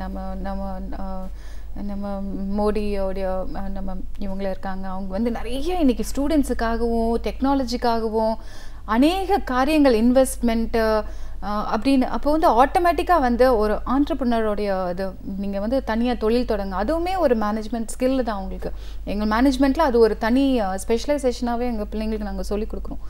அப்போ வந்து எல்லா ஃபீல்ட்லேயுமே இது கண்டிப்பாக வேணும். இந்தியாவில் வந்து பார்த்திங்கன்னா நிறைய கம்பெனிஸ் இன்றைக்கி வந்து நிறைய பேர் நம்ம இந்தியாவில் வந்து மல்டிநேஷ்னல் கம்பெனிஸ் வந்திருக்காங்க. இன்டர்நேஷ்னல் எஜுகேஷன் இப்போ எல்லா ஸ்கூல்ஸுமே வந்து இன்டர்நேஷ்னல் எஜுகேஷன்ஸை வச்சுட்ருக்காங்க. ஸோ அப்படின்னும் போது இந்தியாலேயும் சரி வெளிநாடுகள்லேயும் சரி, வெளிநாடுகளில் ஸ்பெஷலி இந்தியன் கிராஜுவேட்ஸ்க்கு வந்து நிறைய மதிப்பு கொடுக்குறாங்க.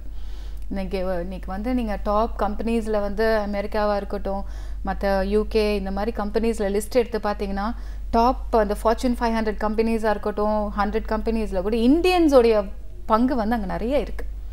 அதுலேயும் ஸ்பெஷலி இந்த MBA முடிச்சுட்டு போகிற பிள்ளைங்களுடைய அந்த பங்கு வந்து நிறையவே இருக்குது. எந்த ஃபீல்டில் இருந்தாங்கன்னா கூட நிறைய பேர் வந்து இதை முடிச்சுட்டு பாருங்க. இப்போ எங்கள் பிள்ளைங்களே வந்து நிறைய பேர் துபாயில் வந்து பெரிய பெரிய ஃபினான்ஸ் ஏரியாலேயோ கன்ஸ்ட்ரக்ஷன்ஸ்லேயும் அவங்க நல்ல அட்மினிஸ்ட்ரேட்டிவ் லைனில் வந்து நிறைய பேர் இருக்காங்க. நம்ம பிள்ளைங்களே வந்து நிறைய ஃபாரின் கண்ட்ரீஸில் கூட பிளேஸ் ஆகிருக்காங்க.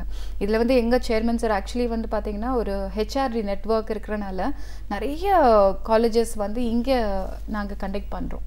ஜாப் ஃபேரு இந்த மாதிரி காரியங்கள் எல்லாமே பண்ணும்போது இந்தியாலேயும் சரி ஃபாரின் கண்ட்ரீஸ்லேயும் சரி வேலைவாய்ப்புகள், அதிகமான வேலைவாய்ப்புகள் இருக்குது. அதுலேயும் இப்போது வந்து ஹோட்டல் மேனேஜ்மெண்ட், ஹாஸ்பிட்டல் ரெண்டுமே வந்து பயங்கரமான ஒரு இம்ப்ரூவ்மெண்ட்டில் நமக்கு போயிட்டே இருக்குது.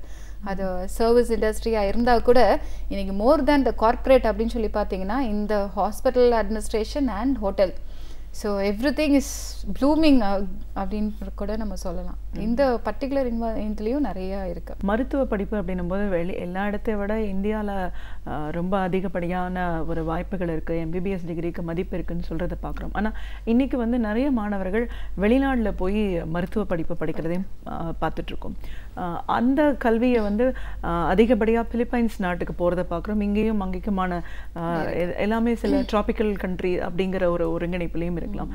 ஆனால் அந்த கல்வி முறையை வந்து நீங்கள் உங்களுடைய காலேஜிலிருந்தும் படிக்கலாம், முதல்ல ஒரு 1 year படிக்கலாங்கிற அளவுக்கு சொல்கிறீங்க.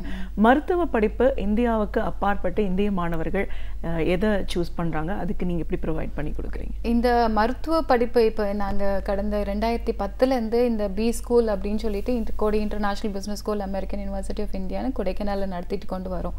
இது நல்லா போயிட்டு இருக்கு. ஒவ்வொரு வருஷமும் நிறைய MBA பசங்க, பிள்ளைங்க, குழந்தைங்க எல்லாமே வெளியே போயிட்டு இருக்காங்க. இப்போ ஏன் எங்களுக்கு இந்த MBBS பிலிப்பைன்ஸில் படிக்கணும் அப்படின்னு சொல்லிட்டு ஒரு பிள்ளைங்களுக்கு நம்ம ட்ரைனிங் கொடுத்து அனுப்பலாம் அப்படின்னா, இன்றைக்கி வந்து கிட்டத்தட்ட 14 வருஷம் 15 வருடங்களாக அநேக நிறுவனங்களும் சரி, இந்த கன்சல்டன்ட்ஸ்ன்னு சொல்லக்கூடியவங்க, ஏஜென்ட்ஸ்ன்னு சொல்லக்கூடியவங்க பிள்ளைங்களை வந்து அனுப்புகிறாங்க. இன்றைக்கி ஒரு 12th ஸ்டாண்டர்ட் படித்த பிள்ளை நம்ம கைக்குள்ளே இருந்து வளர்ந்துருக்கும். நம்ம பிள்ளைய இப்போ இருக்கட்டுமே, நம்ம பாதுகாப்பாக கொண்டு போய் டியூஷன் கூடுறது வருதுன்னு ஆல் ஆஃப் அ சடன் வந்து திடீர்னு அந்த பிள்ளைங்களுக்கு வெளிநாட்டிலன்னு கொண்டு போய் அந்த பிள்ளைங்களை விடும்போது ஃபஸ்ட் திங் கல்ச்சுரல் ஷாக். அந்த பிள்ளைங்களுக்கு அந்த ஃபாரின் கண்ட்ரியோட கல்ச்சர் வந்து அந்த பிள்ளைங்களுக்கு ஒரு ஷாக் இருக்கும். இன்னொன்று வந்து பார்த்திங்கன்னா ஹோம் சிக். ஓகே, அப்பா அம்மா பிரிஞ்சு வாழ்ந்துருக்கவே மாட்டாங்க, இருந்திருக்கவே மாட்டாங்க. அப்பா அம்மா குழந்தைங்க தான். இப்போ 12th முடித்தவங்க அப்படின்னா என்ன ஒரு மெச்சூரிட்டி லெவல் அவங்களுக்கு இருக்கும், கம்மியாக தான் இருக்கும். ஸோ அப்போ ஹோம் சிக் வரும். அடுத்த 3வது விஷயம் நீங்கள் பார்த்தீங்க அப்படின்னு சொன்னீங்கன்னா, அந்த பிள்ளைங்க அங்கே போய் ஒரு எக்ஸாம் எழுத வேண்டியது இருக்குது. இன்றைக்கி வந்து வெளிநாட்டுக்கு போனாங்கனாலும் இப்போ நம்ம கண்ட்ரி நம்ம இந்திய நாட்டில் வந்து எப்படி ஒரு மெடிக்கல் என்ட்ரன்ஸ் அப்படின்னு சொல்லிட்டு டெஸ்ட் இருக்கோ, அது மாதிரி அங்கேயும் பிலிப்பைன்ஸ் நாட்டிலேயே கூட NMAT அப்படின்ற சொல்லக்கூடிய ஒரு எக்ஸாம் இருக்குது. இந்த எக்ஸாம் பற்றி இந்த பிள்ளைங்களுக்கு தெரியவே தெரியாது. அங்கே போனதுக்கப்புறம் தான் இந்த NMATன்னு ஒரு எக்ஸாம் இருக்குது, அதுக்கு நம்ம பாஸ் பண்ணாதான் அடுத்து டாக்டர் ப்ரோக்ராம்குள்ளேயே போக முடியும் அப்படின்ற உண்மை. ஸோ அங்கே வெளிநாட்டில் வந்து MDன்னு சொல்லக்கூடிய இந்த இது வந்து உங்களுக்கு முதல்ல BS அப்படின்ற ஒரு ப்ரோக்ராமை முடிச்சதுக்கப்புறம் தான் அந்த MD ப்ரோக்ராம்குள்ளே போவாங்க. அந்த MD 4 வருஷம் படித்து முடித்தாதான் உங்களுக்கு MCIயில் அப்ரூவல் கிடைக்கும். ஸோ இந்த BS முடித்த உடனே அந்த MDக்கு போகிறதுக்கு உண்டான ஸ்க்ரீனிங் டெஸ்ட் NMAT. ஸோ அநேக பிள்ளைகளுக்கு இந்த காரியங்களே தெரியாமல் ஏஜென்ட்ஸ் மூலமாக கன்சல்டன்ஸ் மூலமாக போயிடுறாங்க. அங்கே போய் அந்த பிள்ளைங்களால் பாஸ் பண்ண முடியல. அதனால் நிறைய பேக்லாக்ஸ் வருது. திருப்பி அதை எழுதுகிறப்போ அவங்களுக்கு வருஷங்கள் வந்து கம்மியாகுது. அதே மாதிரி காஸ்ட் வைஸும் நீங்கள் பார்த்தீங்க அப்படின்னு சொன்னீங்கன்னா நிறைய காஸ்ட். ஸோ இது எல்லாத்தையும் கன்சிடர் பண்ணி இது ஏன் எங்களுக்கு இவ்வளோ விஷயங்கள் வந்து தெரிய வந்தது அப்படின்னா, எங்கள் சாரோட பிள்ளையை வந்து நாங்கள் அங்கே சேர்த்தோம். அங்கே சேர்த்ததுக்கப்புறம் தான் அவங்க ஏஜென்ட்ஸ் மூலமாக கூட அவங்க சொன்னது வேறு செஞ்சது வேறையா இருந்ததுனால தான் நம்ம என்ன செஞ்சுருக்கோம் அப்படின்னா, ஓகே நல்லா ஸ்டடி பண்ணி இந்த பிள்ளைங்களை அங்கே போகிறதுக்கு முன்னால், ஒரு வெளிநாட்டுக்கு போகிறதுக்கு முன்னால் தங்களை தாங்களே நல்லா வந்து ஒரு ஷேப் பண்ணி ஓரளவுக்கு நம்ம 3 மாதத்தில் அவங்களுக்கு கம்ப்ளீட் டிரான்ஸ்ஃபர்மேஷன் கொடுக்க முடியாது. ஆனாலும் அங்கே உள்ள காரியங்கள், பணத்தை எப்படி செலவு பண்ணும், மணி மேனேஜ்மெண்ட். ஏன்னா பிள்ளை படிக்குதுன்னு அப்பா அம்மா நிறைய காசு கொடுப்பாங்க. அதுக்கு வந்து அந்த பிள்ளைங்களுக்கு வந்து தெரியணும் டைம் மேனேஜ்மெண்ட், எப்படி வந்து அவங்க டைம் மேனேஜ் பண்ணிக்கணும். அதுக்கப்புறம் இந்த NMAT ட்ரைனிங்க்கு உண்டான ப்ரிப்ரேஷன் எல்லாமே, கிளாஸஸ், மாடல் டெஸ்ட், இந்த மாதிரி எல்லாமே அங்கே கண்டக்ட் பண்ணுறோம். இது எல்லாத்தையும் விட வந்து கிளாஸஸ் அவங்களுக்கு ப்ரீ மெடிக்கல் கிளாஸஸ்ன்னு சொல்லிட்டு அவங்களுக்கு சயின்ஸ், அனட்டாமி, இந்த மாதிரி சயின்ஸ் கிளாஸஸ் நடத்திட்டு இதுவும் இல்லாமல் பெரிய பெரிய டாக்டர்ஸ் இன்றைக்கி நிறைய பேர் நீங்கள் பார்த்தீங்கன்னா கொடைக்கானலில் வந்து செட்டில் ஆகிருக்காங்க. அவங்களோட எக்ஸ்பீரியன்ஸ் நீங்கள் பார்த்தீங்கன்னா கிட்டத்தட்ட 40 வருஷம், 30 வருஷம், 35 வருஷம்னு சொல்லிட்டு பெரிய பெரிய காலேஜஸில் லெக்சர்ஸாக இருந்த நிறைய டாக்டர்ஸ் வந்து கொடைக்கானலில் செட்டில் ஆகிருக்காங்க. எல்லாமே வந்து டாப் டாக்டர்ஸ்ன்னு சொல்லலாம், லீடிங் டாக்டர்ஸ். ரிட்டையர் ஆகிட்டாங்க. கொடைக்கானலில் வந்து அவங்களோட ஹாலிடேஸ் முடிஞ்ச ரிட்டையர்ட் லைஃப். அவங்கள கூட்டிகிட்டு வந்து நம்ம இந்த சின்ன பிள்ளைங்களுக்கு we are giving a training, ஒரு செமினார் நம்ம கொடுக்குறோம். அப்போது இந்த 3 மாத காலமோ 6 மாத காலத்துலேயோ இந்த பிள்ளைங்க வந்து அந்த டைமில் கூட இப்போ அப்பா அம்மா வந்து பார்க்கணும் அப்படின்னா கொடைக்கானலில் வந்து பார்த்துக்கலாம். ஸோ அவங்க வந்து அப்பா அம்மாவை பிரிஞ்சு இருக்கிறதுக்கும் பழகிக்குவாங்க அவங்க. அப்புறம் வந்து அதை எல்லாத்த காட்டிலும் பிள்ளைங்க வெளிநாட்டில் போகிற பிள்ளைங்க கஷ்டப்படுற ஒரு பெரிய விஷயம் வந்து சேஃப்டி அண்ட் ஃபுட். சாப்பாட்டுக்கு, ஹாஸ்டலுக்கு அவங்க ரொம்ப கஷ்டப்படுறாங்க. இப்போ நம்ம என்ன செஞ்சிடறோம் அப்படின்னா, எங்களுடைய ஷெஃப் நம்மளே இங்கேருந்தே வந்து நல்ல குக்கு, ஷெஃப், வார்டன், கேர்ள்ஸ் ஸ்டூடெண்ட்டாக இருந்தால் லேடி வார்டன், பாய் ஸ்டூடெண்ட்டாக இருந்தால் மேல் வார்டன் அப்படின்னு தனித்தனி ஹாஸ்டல்னு சொல்லிட்டு நம்ம பிள்ளை எப்படி பாதுகாக்கிறோமோ அது மாதிரி அடுத்தவங்க பிள்ளை நம்ம நினைக்கிறது இல்லை. ஒன்ஸ் நம்ம காலேஜில் ஜாயின் பண்ணாங்க, அது நம்மளோட சொந்த பிள்ளை. அவங்க அந்த மாதிரி ஒரு கேர் வந்து கொடுக்குறோம். சேர்த்து விட்டதோடு எங்கள் வேலை முடிஞ்சிருச்சு அப்படின்றது இல்லாமல் அவங்க படிக்கிறாங்களா, பாஸ் பண்ணுறாங்களா, அடுத்து முடிச்சுட்டு வந்து MCIன்னு சொல்லக்கூடிய அந்த ஸ்க்ரீனிங் டெஸ்ட்க்கு உண்டான கோச்சிங் கிளாஸஸுமே கூட நம்ம இப்போ கண்டக்ட் பண்ணுறோம். ஸோ அப்போ இப்போலேருந்தே கண்டக்ட் பண்ணுறோம். இது வந்து எங்கள் மூலமாக சேர்கிற பிள்ளைங்கன்னு மட்டும் இல்லை, எந்த மூலமாக போகிறவங்க கூட இந்த ட்ரைனிங்கை வந்து அவங்க என்ன செஞ்சிடலாம், இந்த 3 மாத ட்ரைனிங்கை வந்து பண்ணலாம். இப்போ உங்களுக்கு ஜூலைலேருந்து அந்த ட்ரைனிங் கிளாஸஸ் ஆரம்பிக்கும். இப்போ ட்ரைனிங் மட்டும் இல்லை, ப்ரீ மெடிக்கல் கிளாஸஸ் இது எல்லாமே சேர்த்து மார்னிங் 9 மணிலேருந்து சாயங்காலம் 4:30 மணி வரைக்கும் அவங்களுக்கு complete classes, personality development class இருக்கும், சயின்ஸ் கிளாஸ் இருக்கும், NMAT ட்ரைனிங் கிளாஸ் இருக்கும், டாக்டர்ஸோட லெக்சர்ஸ் இருக்கும். ஸோ எல்லாமே அவங்களுக்கு டாக்டர்ஸோட லெக்சர்ஸ் என்னும்போது டாக்டர்ஸ் ரொம்ப சந்தோஷமாக வந்து அது செய்கிறாங்க. ஏன்னா ப்ராக்டிஸிங்கே பண்ணிட்டு இருந்தவங்க பிள்ளைங்களுக்கு டீச் பண்ணணுன்னும் போது அவங்களோட எக்ஸ்பீரியன்ஸ் அவங்க சொல்லும் போது அந்த பிள்ளைங்களுக்கு ஒரு நல்ல ஒரு எனர்ஜி லெவலும் அந்த பிள்ளைங்களுக்கு கூடுது. அவங்கள ஒரு டாக்டராகவே நினச்சிட்டு தான் அங்கே போகிறாங்க. பிலிப்பைன்ஸ் போகிறதுக்கு முன்னாலே தங்களை ஒரு டாக்டராக நினச்சிட்டு தான் அவங்க அங்கே போகிறாங்க. ஸோ இது எல்லாமே கம்ப்ளீட்டாக நம்ம அங்கே கொடுக்குறோம். இது வந்து நம்ம தான் ஃபர்ஸ்ட் இந்த இந்தியாவிலேயே, ஏஷியாலேயே நம்ம தான் ஃபர்ஸ்ட் இந்த ட்ரைனிங் ப்ரோக்ராம் நம்ம ஆரம்பிச்சிருக்குது. கீப்பிங் இன் மைண்ட் இது வந்து எல்லா பிள்ளைங்களும் நல்லா பெட்டராக இருக்கணும். அவங்க பேனா அப்பா அம்மா வந்து ஃபைனலி நீங்கள் ஒரு பேரண்ட் ஒரு தாய் தகப்பனுடைய மனசு பார்த்தீங்கன்னா எவ்வளோ பிள்ளைங்களுக்காலும் காசு கொட்டி கொடுத்து கூட சொத்தை விற்று கூட பிள்ளைங்க நல்லா படித்து நல்லா வரணும் அப்படின்றது தான் எல்லா பேரண்ட்ஸோட ஆசையாக இருக்கும். ஸோ அந்த ஆசையை வந்து ஆசையும் கனவையும் நம்ம நிறைவேற்றணும். அவங்க நம்ம ஜாயின் பண்ணி விட்டாங்களா, அப்பா எனக்கு நிம்மதியாக இருக்குது, எனக்கு எந்த பிரச்சனையும் இல்லை. எனக்கு எத்தனையோ பேரண்ட்ஸ் அழுகிறத நம்ம பார்த்துருக்கோம், ஐயோ தெரியாமல் சேர்த்து விட்டேன், என் பிள்ளை அங்கே போய் கஷ்டப்படுது அப்படின்னு நாங்களே அந்த எக்ஸ்பீரியன்ஸ் எங்களுக்கும் இருந்திருக்கு.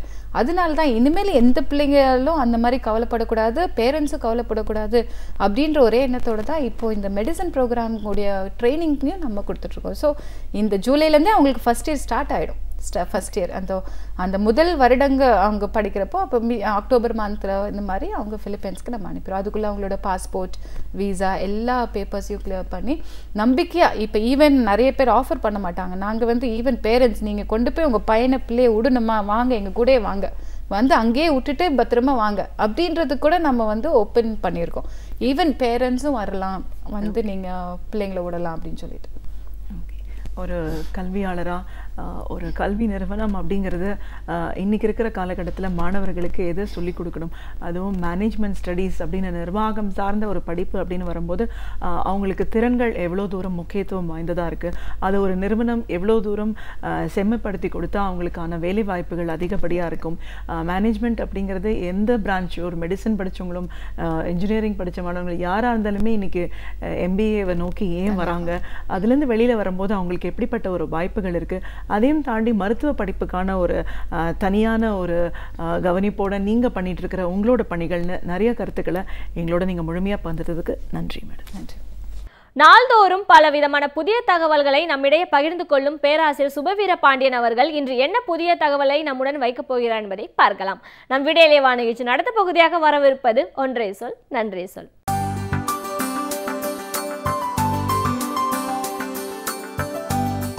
அனைவருக்கும் என் அன்பு வணக்கம். இன்றைய இளைஞர்கள், நம்முடைய தமிழ் பிள்ளைகள் மிகப்பெரிய அறிவாளிகளாக வளர்ந்திருக்கிறார்கள் என்பதை அத்தனை பேரும் நாம் ஒப்புக்கொள்கிறோம். வெளிநாடுகளும் கூட நம்முடைய பிள்ளைகளினுடைய இன்றைய அறிவியல் அறிவை, தொழில்நுட்ப அறிவை வியந்து பாராட்டுகிறார்கள். ஆனாலும் நமக்கு நம் பிள்ளைகளின் மீது ஒரு ஆதங்கம் உண்டு. அவர்கள் அறிவியலில் தொழில்நுட்பத்தில் வளர்ந்திருக்கிற அளவுக்கு சமூக அக்கறை உடையவர்களாக இருக்கிறார்களா என்கிற ஒரு கேள்வி இருக்கிறது. பல நேரங்களில் அப்படி இல்லை என்பது கசப்பான உண்மைதான். ஆனால் எல்லோரும் அப்படி இல்லை. இன்றைக்கு அங்கேயும் ஒரு மாற்றம் வருகிறது.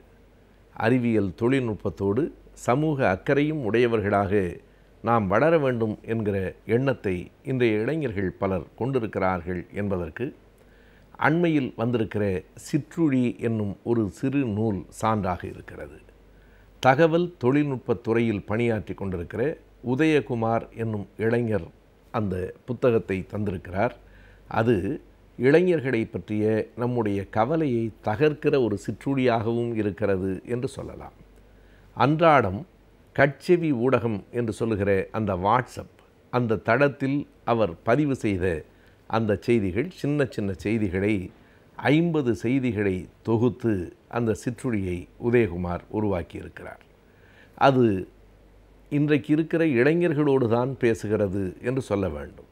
அவரே குறிப்பிடுகிறார், 13 வயதுக்கும் 30 வயதுக்கும் உட்பட்ட இளைஞர்களுக்காக இந்த செய்திகள் சொல்லப்பட்டிருக்கின்றன, இப்போது எழுதப்பட்டிருக்கின்றன என்று அவர் கூறுகிறார்.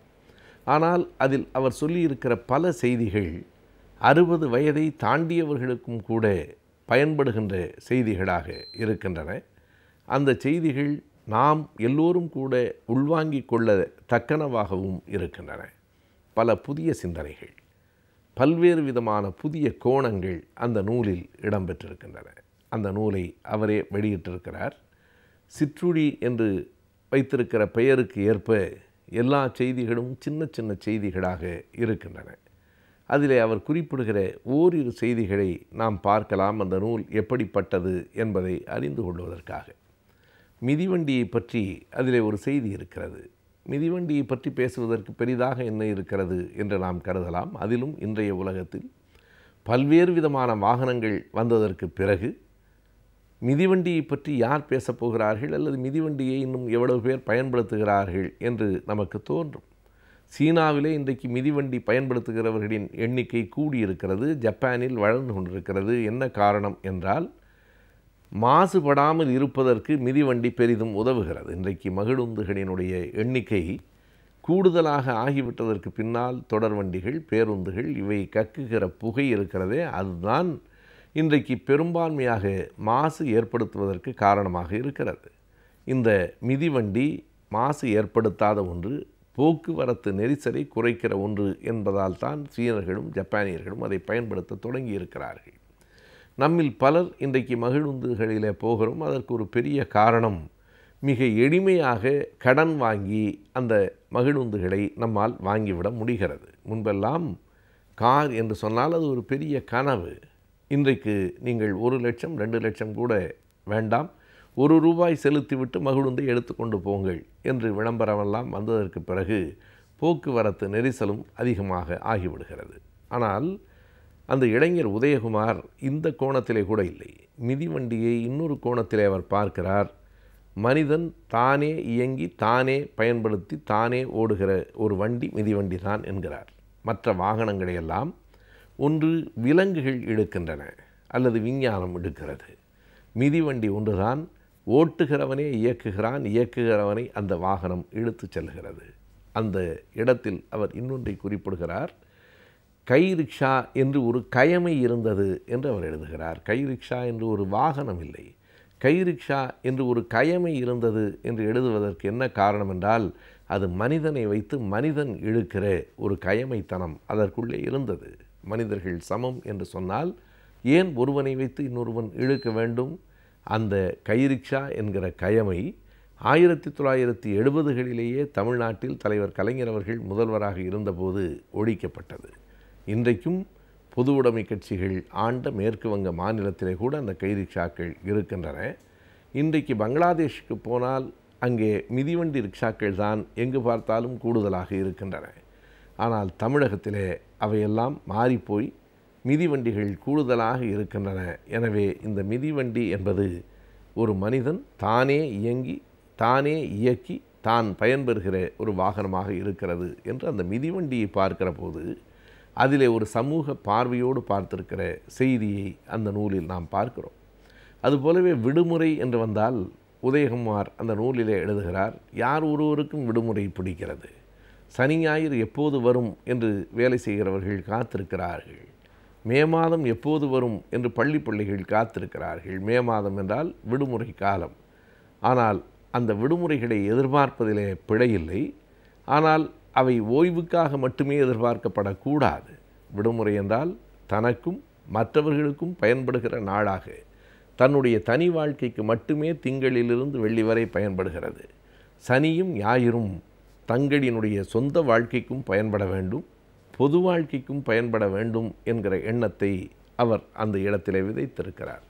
என்ன செய்தி என்றால், தகவல் தொழில்நுட்பத் துறையில் இருக்கிற பிள்ளைகளெல்லாம் சமூக அக்கறையற்றவர்களாகவே இருக்கிறார்கள் என்று சமூகம் கருதுகிற போது, இல்லை இல்லை, நாங்களும் அந்த கவலையோடு தான் இருக்கிறோம் என்பதை அவர் இந்த பக்கத்தில் விளக்கியிருக்கிறார். இன்னொரு இடத்தில் மிக நுட்பமான இன்னொரு செய்தி இருக்கிறது. ஆடம்பரம் என்றால் என்ன? நம்மை பொறுத்தளவு நாம் உடுத்தி கொள்ளுகிற உடை, நாம் பயன்படுத்துகிற வாகனம், நாம் குடியிருக்கிற வீடு, இவைகளை கொண்டுதான் ஒருவன் ஆடம்பரமானவனா எளிமையானவனா என்பதை முடிவு செய்வதற்கு வாய்ப்பு இருக்கிறது. ஆனால் உதயகுமார் இந்த சிற்றுடி என்கிற புத்தகத்திலே ஒரு செய்தியை நுணுக்கமாக சொல்லுகிறார். இன்றைக்கு இந்த தகவல் தொழில்நுட்ப கருவிகளை பயன்படுத்துவதில் கூட ஒரு ஆடம்பரம் வந்துவிட்டது என்கிறார். புதிதாக இன்றைக்கு புதிதாக வந்திருக்கிற ஒன்றை வாங்கிவிட வேண்டும். அது தனக்கு பயன்படுகிறதோ இல்லையோ, இந்த கருவிகளே கூடாது என்று மறுபடியும் பழங்காலத்தை நோக்கி அவர் திரும்ப சொல்லவில்லை. ஆனால் இந்த கருவிகள் கூட பயன்பாட்டிற்கு உரியவை. அதை மறந்துவிட்டு பயன்பாட்டையும் தாண்டி அதன் மீது நாம் கொள்ளுகிற மோகம் இருக்கிறதே, அதுவும் ஒரு விதமான ஆடம்பரம்தான் என்று குறித்திருக்கிறார். இன்றைய காலகட்டத்தை ஒட்டி தேவையான சிந்தனையாக அது இருக்கிறது. நாம் பலரை பார்க்கிறோம், 2-3 கைத்தொலைபேசிகளை வைத்துக்கொண்டு துயரப்படுவதை நாம் பார்க்கிறோம். எதற்காக 3 தொலைபேசிகள் என்றால், அந்த கருவிகளின் பயன்பாட்டையும் தாண்டி அவற்றின் மீது நாம் கொள்ளுகிற ஒரு மோகம்தான் என்பது அதற்கான விடையாக இருக்கிறது. நாம் இன்றைக்கு பல செய்திகளை கைத்தொலைபேசிகள் மூலம் அறிந்து கொள்ளுகிறோம். ஆனாலும் கூட கைத்தொலைபேசிகளை நாம் பயன்படுத்த வேண்டுமே தவிர அவற்றோடு வாழ்க்கை நடத்தக்கூடாது. கணிப்பொறி ஆனாலும் கைத்தொலைபேசி ஆனாலும் எல்லாவற்றையும் விஞ்ஞானத்தின் வளர்ச்சியை, தொழில்நுட்ப வளர்ச்சியை நாம் பயன்படுத்தி கொள்ள வேண்டுமே தவிர அவற்றுள் மூழ்கிவிடக்கூடாது. அவற்றோடு குடும்பம் நடத்தக்கூடாது.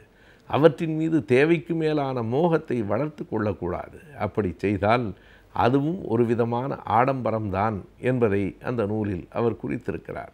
இப்படி சின்னதாக 50 செய்திகள் தான். ஆனால் 50 செய்திகளுக்குள்ளே ஆழமான பல புதிய பார்வைகள் வெளிப்படுகின்றன. நம்முடைய அடுத்த தலைமுறை எப்படி தெளிவாக சிந்திக்கிறது, அடுத்த தலைமுறையிலிருந்தும் சமூக அக்கறையோடு எப்படி இளைஞர்கள் மேலெழுந்து வருகிறார்கள் என்பதற்கான ஒரு நம்பிக்கை ஊட்டுவதாக அந்த புத்தகம் அமைந்திருக்கிறது. சிற்றுளி தொடர்ந்து பேருளியாகவும் வெளிவர வேண்டும். இன்னும் பல செய்திகளை கொண்டு இப்படிப்பட்ட நூல்கள் படைக்கப்பட வேண்டும் என்கிற விருப்பம் அந்த நூலை படித்து முடிக்கிற போது நமக்குள் ஏற்படுகிறது. விடியலிவா நிகழ்ச்சியின் அடுத்த பகுதியாக வரவிருப்பது ஆலோசனை நேரம். ஆலோசனை நேரத்தில் இன்று இடம்பெறுவது சட்டம்.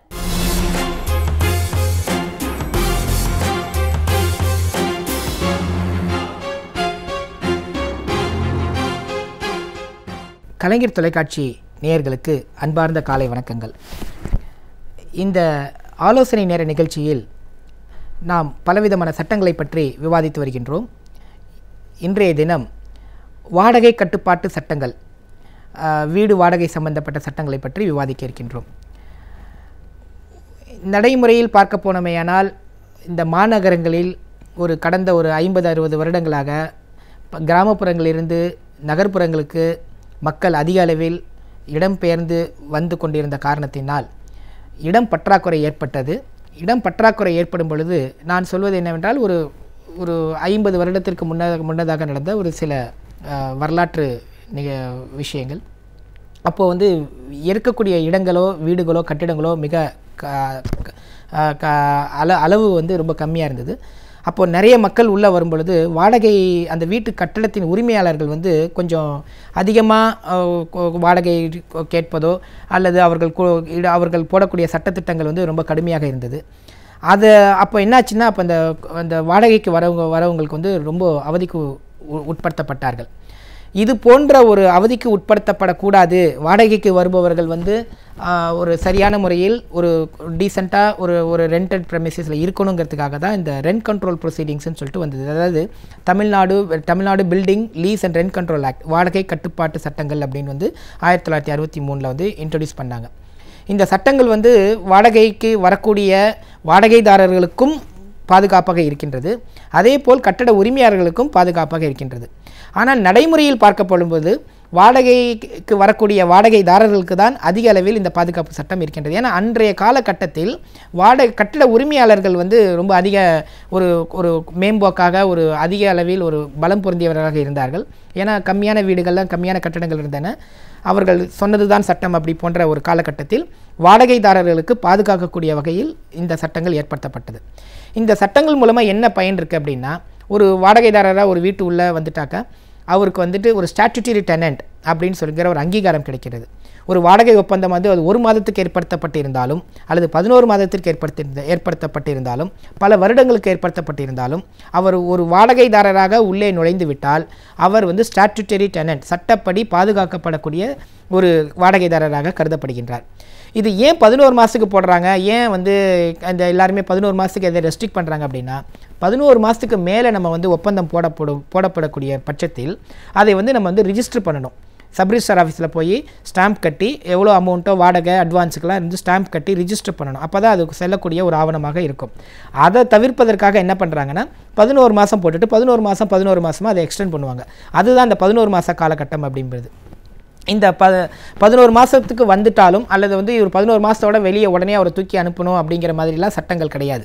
11 மாதம் கழித்து அவர் வாடகைதாரர் வந்து நான் காலி பண்ணிக்கிறேன் அப்படின்னு சொல்லி காலி பண்ணிட்டாக்கா நல்ல ஒரு சுமூகமான முறையில் வந்து அவர் வந்து சுவாதீனத்தை ஒப்படைத்து விட்டு சென்று விடலாம். ஏதாவது ஒரு சில காரணங்களினால் அவர் தொடர்ந்து அங்கே இருக்க விரும்பினால் சட்டங்கள் வந்து அவருக்கு வந்து சில பாதுகாப்புகளை அளிக்கின்றது. இப்போ இன்னொரு உதாரணமாக சொல்லப்போனால் 10 மாதம் அட்வான்ஸ் வாங்குறது வந்து நடைமுறையில் இருக்குது. ஆனால் சட்டம் என்ன சொல்லுதுன்னா 1 மாதம் அட்வான்ஸாக வாங்கணும்னு சொல்லுது. 10 மாதம் அட்வான்ஸ் வாங்கியிருந்தாலும் அதை வந்து வாடகையில் கழித்து கொள்ளக்கூடிய உரிமை வந்து வாடகைதாரர்களுக்கு இருக்கிறது. இப்போ 10,000 ரூபா வாடகை அப்படின்னா 1 லட்ச ரூபா ஜென்ரலாக நம்ம அட்வான்ஸ் கொடுப்போம். ஆனால் 1 லட்ச ரூபா கொடுக்கணுங்கிறது அவசியம் இல்லை, ஆனால் நடைமுறையில் இருக்குது. இவங்க இப்போல்லாம் என்ன பண்ணுறாங்கன்னா நான் 10 லட்சத்தை ஒரு லட்சத்தை அட்வான்ஸை கொடுத்துட்டு அவங்க வாடகையை கழிச்சிக்கிட்டு வந்தாக்கா அந்த சட்டங்கள் வந்து அந்த வாடகைதாரர்களுக்கு பாதுகாப்பாக இருக்கின்றது. இப்போது அந்த வாடகைதாரர் வந்து அந்த வாடகையை வந்து உரிமையாளருக்கு சரியான முறையில் இந்த சரியான நேரத்தில் செலுத்த வேண்டும். அப்படி செலுத்தும் தவறும் பட்சத்தில் கட்டட உரிமையாளர்களுக்கு வந்து அவர் வந்து வாடகை செலுத்தவில்லை, வேண்டும் என்றே வாடகையை செலுத்தவில்லை அப்படிங்கிற காரணத்தை காட்டி நீதிமன்றத்துக்கு சென்று அவரை வெளியேற்றுவதற்கு ஒரு எவிக்ஷன் பெட்டிஷன் ஃபைல் பண்ணலாம். அப்போ அவர் என்ன ப்ரூவ் பண்ணணும்னா அவருடைய வந்து வாடகை கொடுக்கப்படவில்லை, 1 மாதத்துக்கு கொடுக்கப்படவில்லை என்றாலும் அது ஒரு காரணம் தான். வில்ஃபுல் டிஃபால்ட், அதாவது வேண்டும் என்றே ஒரு உள்நோக்கத்துடன் வேண்டும் என்றே அவர் வாடகையை கொடுக்கவில்லை என்ற காரணத்தை அவர் நிரூபணம் செய்ய வேண்டும். அப்படி அவர் வழக்கு தொடுக்கும் பொழுது அந்த எஃபெக்டிவ் ஃபஸ்ட் ஹியரிங் டேட்டுன்னு ஒன்று இருக்குது. வழக்கு விசாரணைக்கு வரும் பொழுது நமக்கு நோட்டீஸ் வரும். நோட்டீஸ் வந்த உடனே எஃபெக்டிவ் டேட் ஆஃப் ஹியரிங் சொல்லுவாங்க. ஃபஸ்ட்டு விசாரணைக்கு வரக்கூடிய ஒரு எஃபெக்டிவ் டேட், அதாவது வக்காலத்து போடக்கூடிய நாள் அல்லது நம்மளுடைய பதில் மனு கொடுக்கக்கூடிய நாள்.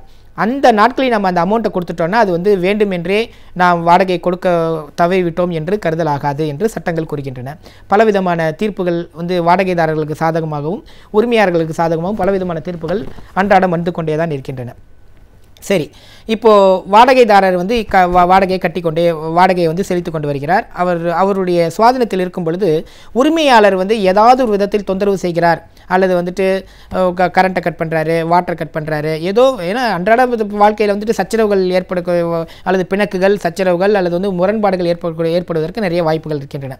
லேட்டாக வராரு 12 மணிக்கு அப்படின்லாம் சொல்கிறதுக்குலாம் வாய்ப்புகள் இருக்குது. அப்போது இந்த அடிப்படை பேசிக் அம்யூனிட்டிஸ்ன்னு இருக்குது. நீர், தண்ணி, அதாவது வாட்டர், அதுக்கப்புறம் மின்சாரம், இது இரண்டும் வந்து வாடகைதாரர் உரிமையாளர் வந்து கட் பண்ணுவதற்கு வந்து எந்த உரிமையும் கிடையாது. அப்படி பேசிக் கம்யூனிட்டிஸ் அவர் கட் பண்ணிட்டார் என்றால் சட்டங்கள் வந்து பாதுகாக்கின்றன. நாம் உடனே வந்து இந்த ஸ்மால் காசஸ் கோர்ட் என்று இருக்கின்றது. ஒவ்வொரு புறநகர்களில் வந்துட்டு ரூரல் ஏரியாவில் வந்துட்டு முன்சிப் கோர்ட்லாம் இருக்குது. அங்கே போய் இந்த பேசிக் கம்யூனிட்டிஸை ரெஸ்டோர் பண்ணணும், இந்த மின்சாரம் அல்லது தண்ணீர் சம்மந்தப்பட்ட விஷயங்களை வந்து உரிமையாளர் வந்து தடுத்து நிறுத்தக்கூடாது அப்படின்னு சொல்லிட்டு நம்ம ஒரு மனு தாக்கல் செய்து அவங்களுக்கு நோட்டீஸ் போகும், உரிமையாளருக்கு நோட்டீஸ் போகும். கோர்ட் வந்து அதை வந்து ரெஸ்டோர் பண்ண சொல்லி திருப்பி கொடுக்கும்படி கோர்ட் வந்து உத்தரவு வந்து பிறப்பிக்கும். அப்படி அந்த உத்தரவை உரிமையாளர் வந்து கட்டிட உரிமையாளர் நிறைவேற்றிவிட்டால் பிரச்சனை இல்லை. நிறைவேற்றாமல் சென்று விட்டால் அப்பொழுது அந்த வாடகைதாரருக்கு என்ன நிவாரணம் இருக்கின்றது என்றால் திரும்பவும் அதே நீதிமன்றத்துக்கு சென்று இவர் அதை செய்யவில்லை, இந்த உத்தரவை அவர் நிறைவேற்றவில்லை என்று சொல்லும் பட்சத்தில் மின்சார வாரியத்திற்கு நேரடியாக உத்தரவு பிறப்பிப்பதற்கு அந்த வாடகை கட்டுப்பாட்டு நீதிமன்றத்திற்கு உரிமை இருக்கின்றது. டைரெக்டாக வந்து மின்சாரம் வந்து ரெஸ்டோர் பண்ணணும், கரண்ட்டை ரெஸ்டோர் பண்ணணும்னு சொல்கிறதுக்கு அல்லது வந்து வாட்டர் சப்ளை வந்து ரெஸ்டோர் பண்ணணும்னு முனிசிபாலிட்டி கொடுக்கறதுக்கு ஒரு ஆர்டர் கொடுக்கறதுக்கு வந்து வாடகை கட்டுப்பாட்டு நீதிமன்றத்திற்கு அதிகாரம் இருக்கின்றது. அது மாதிரி இப்போ வாடகை வந்து இவர் செலுத்தி கொண்டு வருகிறார், அவர் வந்து பேசிக் கம்யூனிட்டிஸ் எல்லாம் ஒன்றும் பிரச்சனை இல்லை. ஆனால் வாடகைதாரருக்கு அந்த உரிமையாளருக்கு வந்து அந்த கட்டடம் வேணும். அப்படிங்கும்பொழுது அவர் என்னென்ன அடிப்படையில் அவர் கட்டடத்தை அவர் திரும்ப கோரலாம் அப்படின்னா நீதிமன்றத்தின் வாயிலாக தான் கோரலாம். அடியாட்களை வைத்தோ அல்லது போலீஸை வைத்தோ அல்லது கட்ட பஞ்சாயத்து மூலமாகவோ வாடகைதாரர்களை வந்து வெளியேற்றுவதற்கு கட்டட உரிமையாளருக்கு எந்த விதமான உரிமையும் கிடையாது. அப்படி அவர் ஏதேனும் அது போன்ற நடவடிக்கையில் ஈடுபட்டால் சிவில் நீதிமன்றத்திற்கு சென்று சட்டத்திற்கு புறம்பாக என்னை வெளியேற்றுவதற்கு அவருக்கு அதிகாரம் இல்லை என்று ஒரு உத்தரவை வாங்கலாம். அதாவது எதுவாக இருந்தாலும் கோர்ட் மூலமாக ஒரு சட்டத்தின் அடிப்படையில் வாயிலாக அது மாதிரி இப்போ சிவில் நீதிமன்றத்தில் வந்து வாடகைதாரர் வந்து ஒரு வழக்கு தொடுத்து அது பெரும்பாலும் எல்லா நீதிமன்றங்களும் கொடுத்து விடுகின்றன. இப்பொழுது கட்டட உரிமையாளருக்கு உண்மையிலேயே இடம் தேவைப்படுகிறது. அப்படி இருக்கக்கூடிய ஒரு காலகட்டத்தில் இது எல்லாமே வந்து ஸ்மூத்தாக போயிட்டு இருந்தால் எந்த பிரச்சனையும் இல்லை. எப்போ ரிலேஷன்ஷிப் சரியில்லையோ அப்போ தான் நீதிமன்றத்திற்கு வாடகைதாரரோ அல்லது கட்டட உரிமையாளரோ வருவார்கள். ரைட். அடுத்தது வந்து என்னென்னா ஃபேர் ரெண்ட்டுன்னு ஒன்று இருக்குது. வாடகை அந்த காலத்தில் எப்படி பண்ணாங்கன்னா இஷ்டத்துக்கு உரிமையாளர்கள் வந்து ரெண்ட்டை வந்துட்டு அவங்க வாய்க்கு வந்தது தான் ரெண்ட்டு அப்படின்னு சொல்லிட்டு இன்க்ரீஸ் பண்ணிகிட்டே இருந்தாங்க. 10,000, 20,000, 25,000 அப்படின்னு அது வந்து ஒரு கணக்கு இல்லாமல் வந்து ஒரு ஒரு விகிதாச்சாரம் இல்லாமல் இருந்தது. இப்போ என்ன பண்ண இந்த வாடகை கட்டுப்பாட்டு சட்டத்தின் மூலமாக ஒரு ஃபேர் ரெண்ட் என்று நிர்ணயம் செய்வதற்கு நீதிமன்றங்களுக்கு உரிமை இருக்கின்றது. ஃபேர் ரெண்ட் என்றால் அந்த இருக்கக்கூடிய அந்த வாடகை கட்டடம் இருக்கக்கூடிய ஒரு லொக்காலிட்டி, இருக்கக்கூடிய கிடைக்கக்கூடிய ஃபெசிலிட்டிஸு, கட்டட அமைப்பு, கட்டட வயது, கட்டடத்தின் தன்மை, அதை பொறுத்து வந்து இந்த அருகில் இருக்கக்கூடிய கட்டடங்களுடைய இருக்கக்கூடிய மதிப்பு இதையெல்லாம் கருத்தில் கொண்டு ஒரு இன்ஜினியர் ரிப்போர்ட்டை பேஸ் பண்ணி ஃபேர் ரெண்ட் ஃபிக்ஸ் பண்ணுறதுக்கு அதிகாரம் இருக்கின்றது. 40,000 வாடகை உரிமையாளர் கேட்கலாம், ஆனால் ஃபேர் ரெண்ட் வந்து 20,000 தான் இருக்கும். இவர் கொடுக்கறது வேணால் 15,000 இருக்கலாம். ஸோ அந்த விதத்தில் வந்து ஃபேர் ரெண்ட் ஃபிக்ஸ் பண்ணுறதுக்கு ஒரு உரிமை இருக்கிறது. இது 2 பேருமே கோர்ட்டை வந்து அணுகலாம். அதாவது உரிமையாளரும் அணுகலாம், வாடகைக்கு இருக்கக்கூடிய நபரும் அணுகலாம். அப்படி அணுகும் பொழுது அந்த ஒரு பெட்டிஷன் போடுறாங்க இல்லையா, இப்போ கட்டட உரிமையாளர் இன்றைக்கி ஒரு பெட்டிஷன் போடுறாருன்னா இது வந்து தீர்மானம் வரத்துக்கு, உத்தரவு வரத்துக்கு வந்து ஒரு 4 வருஷம் கூட ஆகலாம். ஆனால் மனு தாக்கல் செய்த நாளிலிருந்து அது கணக்கிடப்படும். இன்றைய உதாரணமாக இன்றைய தேதியிலிருந்து கணக்கிடப்படும். 4 வருஷம் கழிச்சு தீர்ப்பு வந்தால் கூட அந்த விகிதம், அந்த ஃபேர் ரெண்ட்டுடைய டிஃபரன்ஸ் ரெண்ட் வந்து இன்றைய தேதியிலிருந்து கணக்கில் எடுத்துக்கொள்ளப்படும். இது வந்து 2 பேருக்குமே இருக்கக்கூடிய ஒரு பாதுகாப்பான ஒரு சட்டங்கள் தான். ஒரு 10,000 உள்ள மதிப்புள்ள வாடகைக்கு வந்து 40,000 கேட்க முடியாது.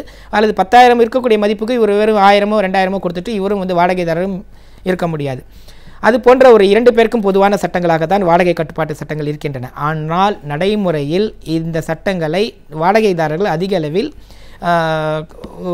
மிஸ்யூஸ் செய்கிறார்கள் என்று கூட சொல்லலாம். Abuse of process of law என்று கூட சொல்லலாம். ஏனென்றால் ஒரு வழக்கு என்று கோர்ட்டுக்கு சென்று விட்டால் 10 வருடங்கள் 15 வருடங்கள் ஆகின்றதனால் இதை வந்து வாடகைதாரர்களுக்கு அதிக சாதகமாக இதை ஏற்படுத்தி கொண்டு இதை அட்வான்டேஜ் எடுத்துக்கொண்டு தான் வருகின்றார்கள் நடைமுறையில். இப்போ வந்து வாடகை கட்டட உரிமையாளர் வந்து இந்த கட்டடம் எனக்கு வேணும் அப்படின்னு சொன்னாக்கா தன்னுடைய சொந்த உபயோகத்திற்கோ அல்லது அதிக தேவைக்கு ஏற்படுகின்றது என்ற காரணத்திற்காகவோ அல்லது கட்டிடம் பழுதடைந்து விட்டது, இதை இடித்து கட்ட வேண்டும், இதை வந்து பழுதாகி விட்டது என்ற காரணத்திற்காகவும் அவர் வந்து நீதிமன்றத்தில் ஓனர்ஸ் ஆக்குபேஷனுக்காகவோ அல்லது கன்ஸ்ட்ரக்ஷனுக்காகவோ கேட்கலாம். அதுக்கு உண்டான நிறுவனங்கள் ஒரு சாட்சிகளை அல்லது போதுமான நிரூபணம் செய்து அவர் அந்த கட்டிடத்தை பெற்றுக்கொள்ளலாம். இது போன்ற சட்டங்கள் மக்களுக்கு 2 பேருக்குமே கட்டட உரிமையாளர்களுக்கும் கட்டட வாடகையாளர்களுக்கும் போதுமான சட்டங்களாக தான் இருக்கின்றன. நடைமுறையில் இந்த சட்டங்கள் இன்றைய தேதியில் வாடகைதாரர்களாக இருப்பவர்களுக்கு அதிக அளவில் நன்மை தரக்கூடிய சட்டங்களாக இருக்கின்றன. இன்னும் மற்றும் ஒரு நிகழ்ச்சியில் நாம் இந்த ஆலோசனை நிகழ்ச்சியில் நாம் வேறு சில சட்டங்களை பற்றி விவாதிக்க இருக்கின்றோம். வணக்கம். இன்றைய காலகட்டத்தில் மனதை தெளிவாக வைத்திருப்பது மிகவும் கடினம். அந்த வகையில் மனதை எவ்வாறு தெளிவாக வைத்திருக்கலாம் என்பதை பற்றி நமக்கு எடுத்துரைக்க வருகிறார் டாக்டர் நம்பி அவர்கள். நம் விடியலேவா நிகழ்ச்சியின் நிறைய பகுதியாக வரவிருப்பது மனமே மனமே.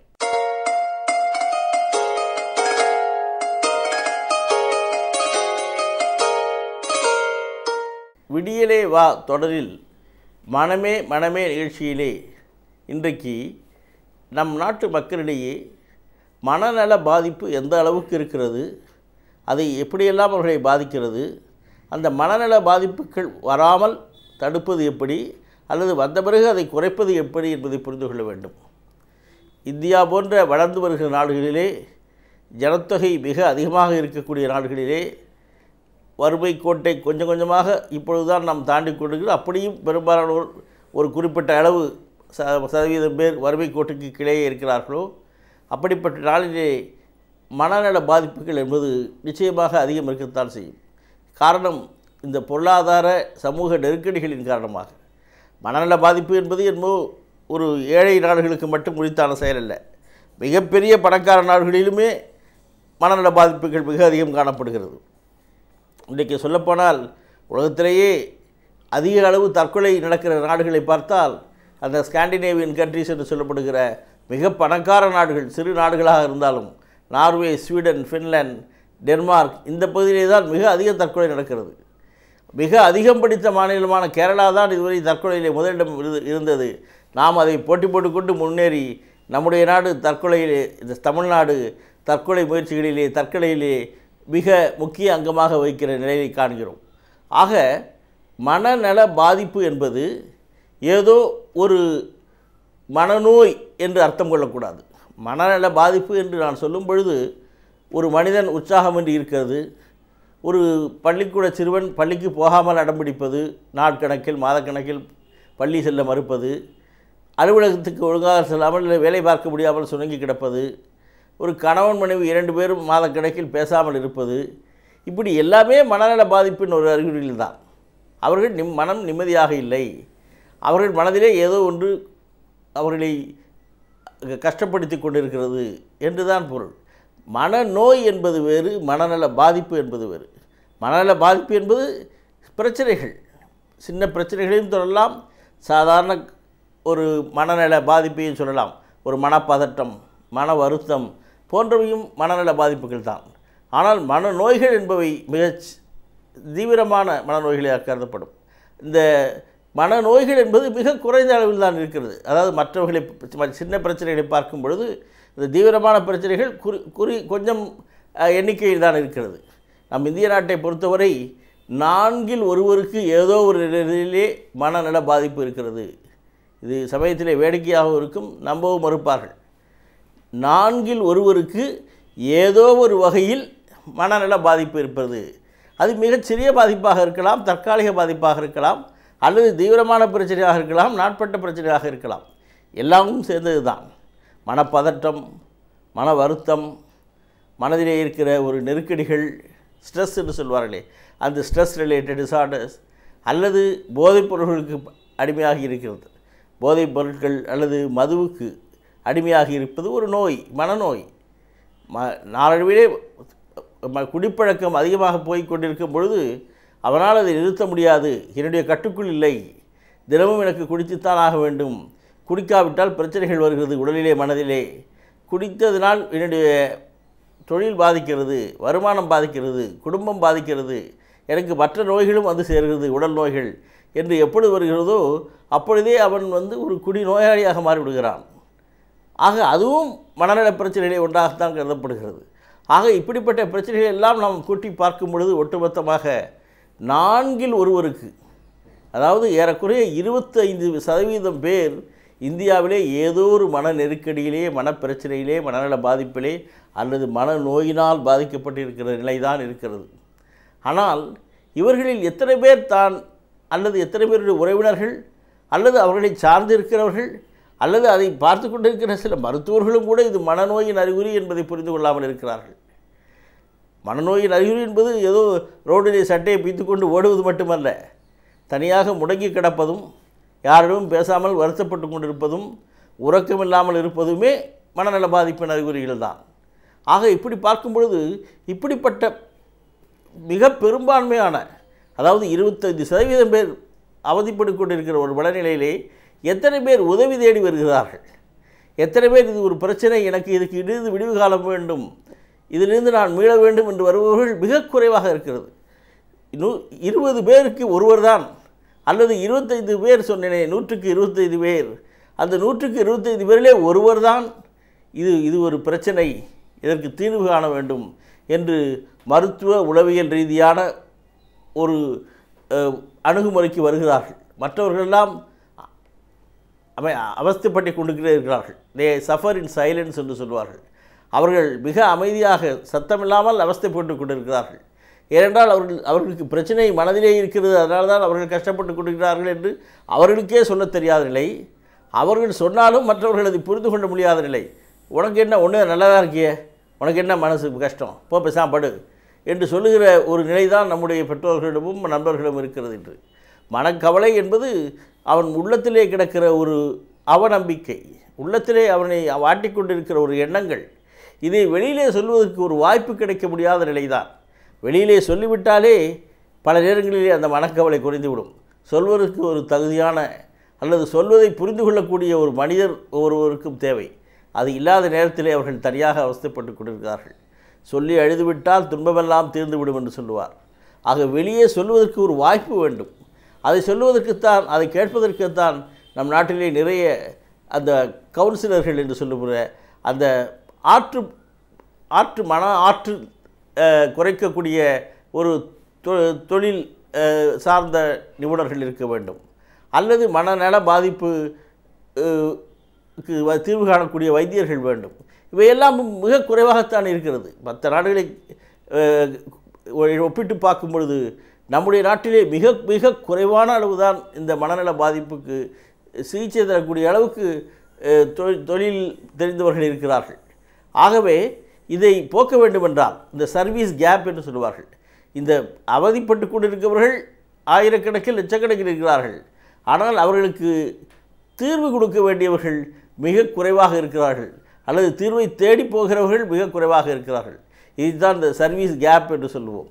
ஆக நம்முடைய நாட்டிலேயும் ஏதோ மேலை நாடுகளிலே மட்டும்தான் மனநோய்கள் வரும், மனப்பிரச்சனைகள் வரும் என்பதில்லை. நம்முடைய நாட்டிலும் மிக அதிக அளவு மனநல பாதிப்பு உடையவர்கள், மன பிரச்சனை உள்ளவர்கள், மனநோயினால் பாதிக்கப்பட்டவர்கள், இவர்கள் எல்லாவற்றையும் கணக்கிடும் பொழுது மிக அதிகமான பேர் இருக்கிறார்கள். ஆனால் அவர்களிலே மிகச் சிலர்தான் வைத்தியத்துக்கென்று அல்லது ஆலோசனைக்கென்று செல்கிறார்கள், உளவியல் ஆலோசனைக்கென்று செல்கிறார்கள். அதிலும் ஒரு சிலர் தான் அதை தொடர்ந்து ஏனென்றால் நம்முடைய நாட்டிலே மூட நம்பிக்கை வேரூன்றி கிடக்கிறது. ஏன்னா நமக்கு இது வராது என்று நினைத்துக் கொள்கிறார்கள். சில பேர் இது வேறு இறைபக்தி குறைந்ததனால் வந்தது, ஏதோ பூர்வ ஜென்மத்திலே செய்த பாவம், அல்லது இது ஏதோ காற்று கருப்பு ஏதோ அண்டிவிட்டது என்று மந்திரவாதிகளிடம் தந்திரவாதிகளிடம் சென்று தங்களுடைய மனக்கவலைக்கு ஆறுதல் தருகிறார்கள் ஒழிய, மருத்துவத்திலும் இதற்கு சிறப்பு சிகிச்சை உண்டு, அங்கேயும் சென்று தன்னுடைய மனக்கவலைகளை குறைத்துக் கொள்ளலாம் என்பது ஒரு புரியாத நிலை இருக்கிறது. இதை புரிந்து கொண்டு பிரச்சனைகள் இருக்கலாம், பாதிப்புகள் இருக்கலாம், அல்லது நோயாக கூட இருக்கலாம், இவை அனைத்துக்கும் சரியான உதவி தேவை. அந்த உதவியை தேடி செல்ல வேண்டியது அவர்களுடைய பொறுப்பு, அல்லது அவர்களை சார்ந்திருக்கிற மக்கள், பெற்றோர்கள், உற்றார் உறவினர்கள் அவர்களை வழிப்படுத்துதல் நல்லது.